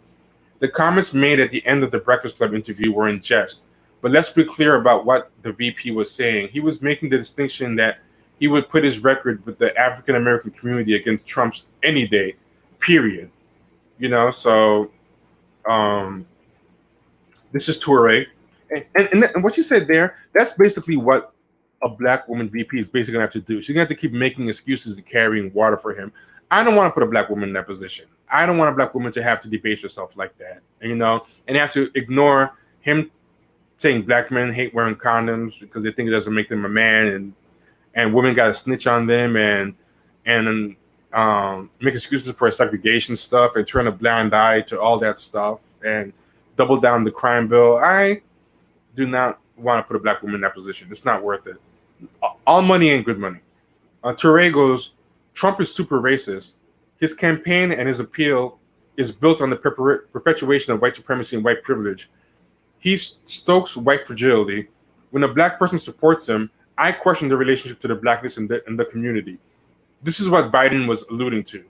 Okay, so you think like Biden, that just makes you as bad as Biden. It doesn't make Biden good. Like that's the problem with these people. They think that because they're black and they have a blue check, the fact that they think like Biden or Biden thinks like them makes it okay. No, it just gives us more reason to question you. Wanda Sykes said this: Biden feels at home speaking to the black community. He made a joke. Comedy ain't easy, but he didn't say to go to shoot Clorox in our tits. Now, I wouldn't make a blanket statement to say that voting for Trump means you're not black. I would say it means you're not smart.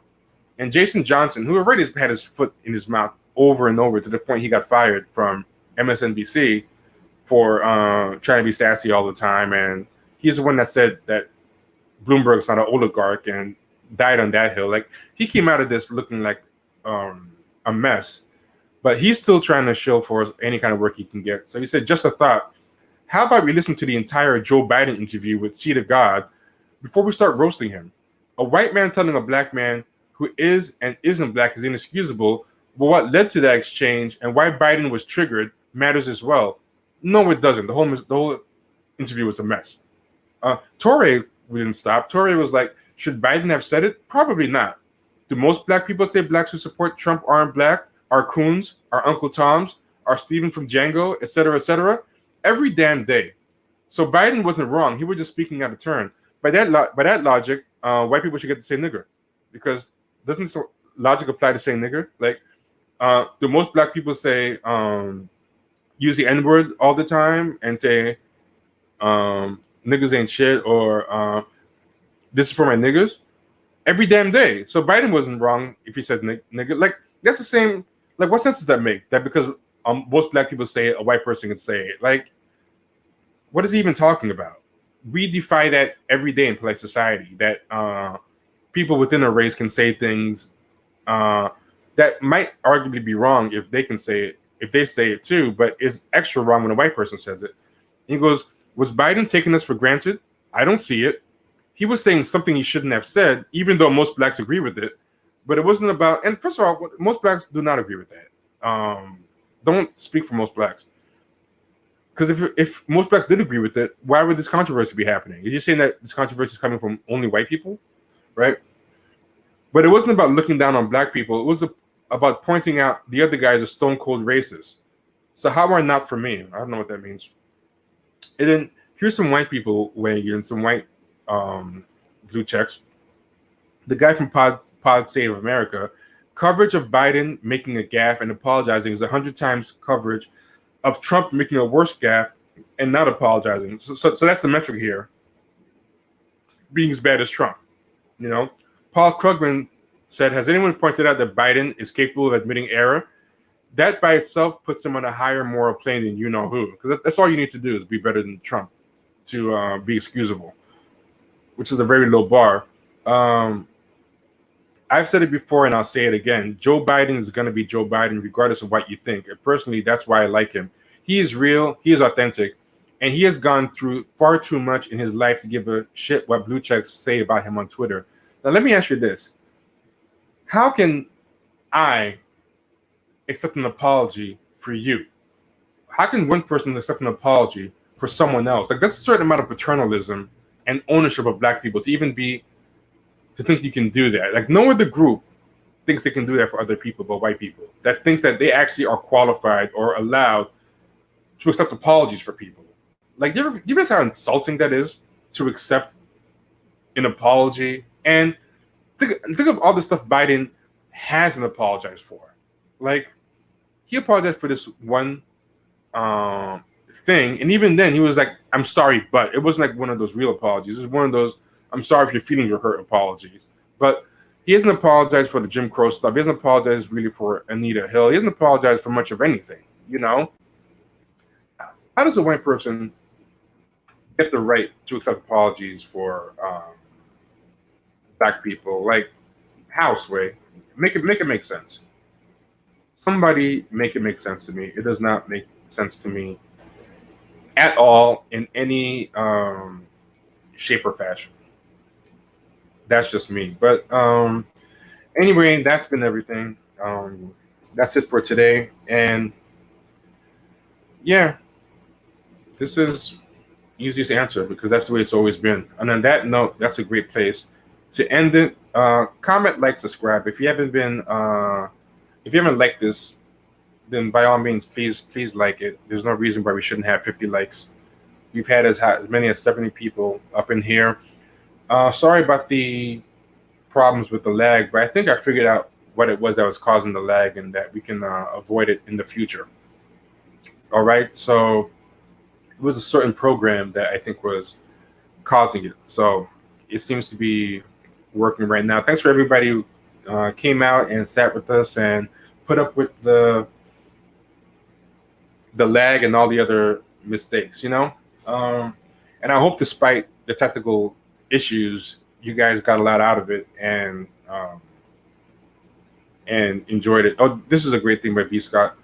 Again, these white liberals would accept the apology on our behalf, and their parents will vote for Trump anyway, while they vote for Biden's sorry ass. Real talk. And also, as long as you're liking and comment, like, and subscribe, go to patreon.com/Champagne Sharks. It's only $5 a month, but it really helps us as far as with doing stuff for the show and being able to buy more materials and do stuff to make the show better. So all of it is greatly appreciated, and you get a lot for your $5. And anyone in here who's a member of the Patreon family will tell you that, I'm sure. All right. So thanks, everybody. Everybody be good. Hit the likes. Email us at champagnesharks@gmail.com if you want to ever suggest anything to us or just give us some feedback. And everybody have a good one. Take care, man.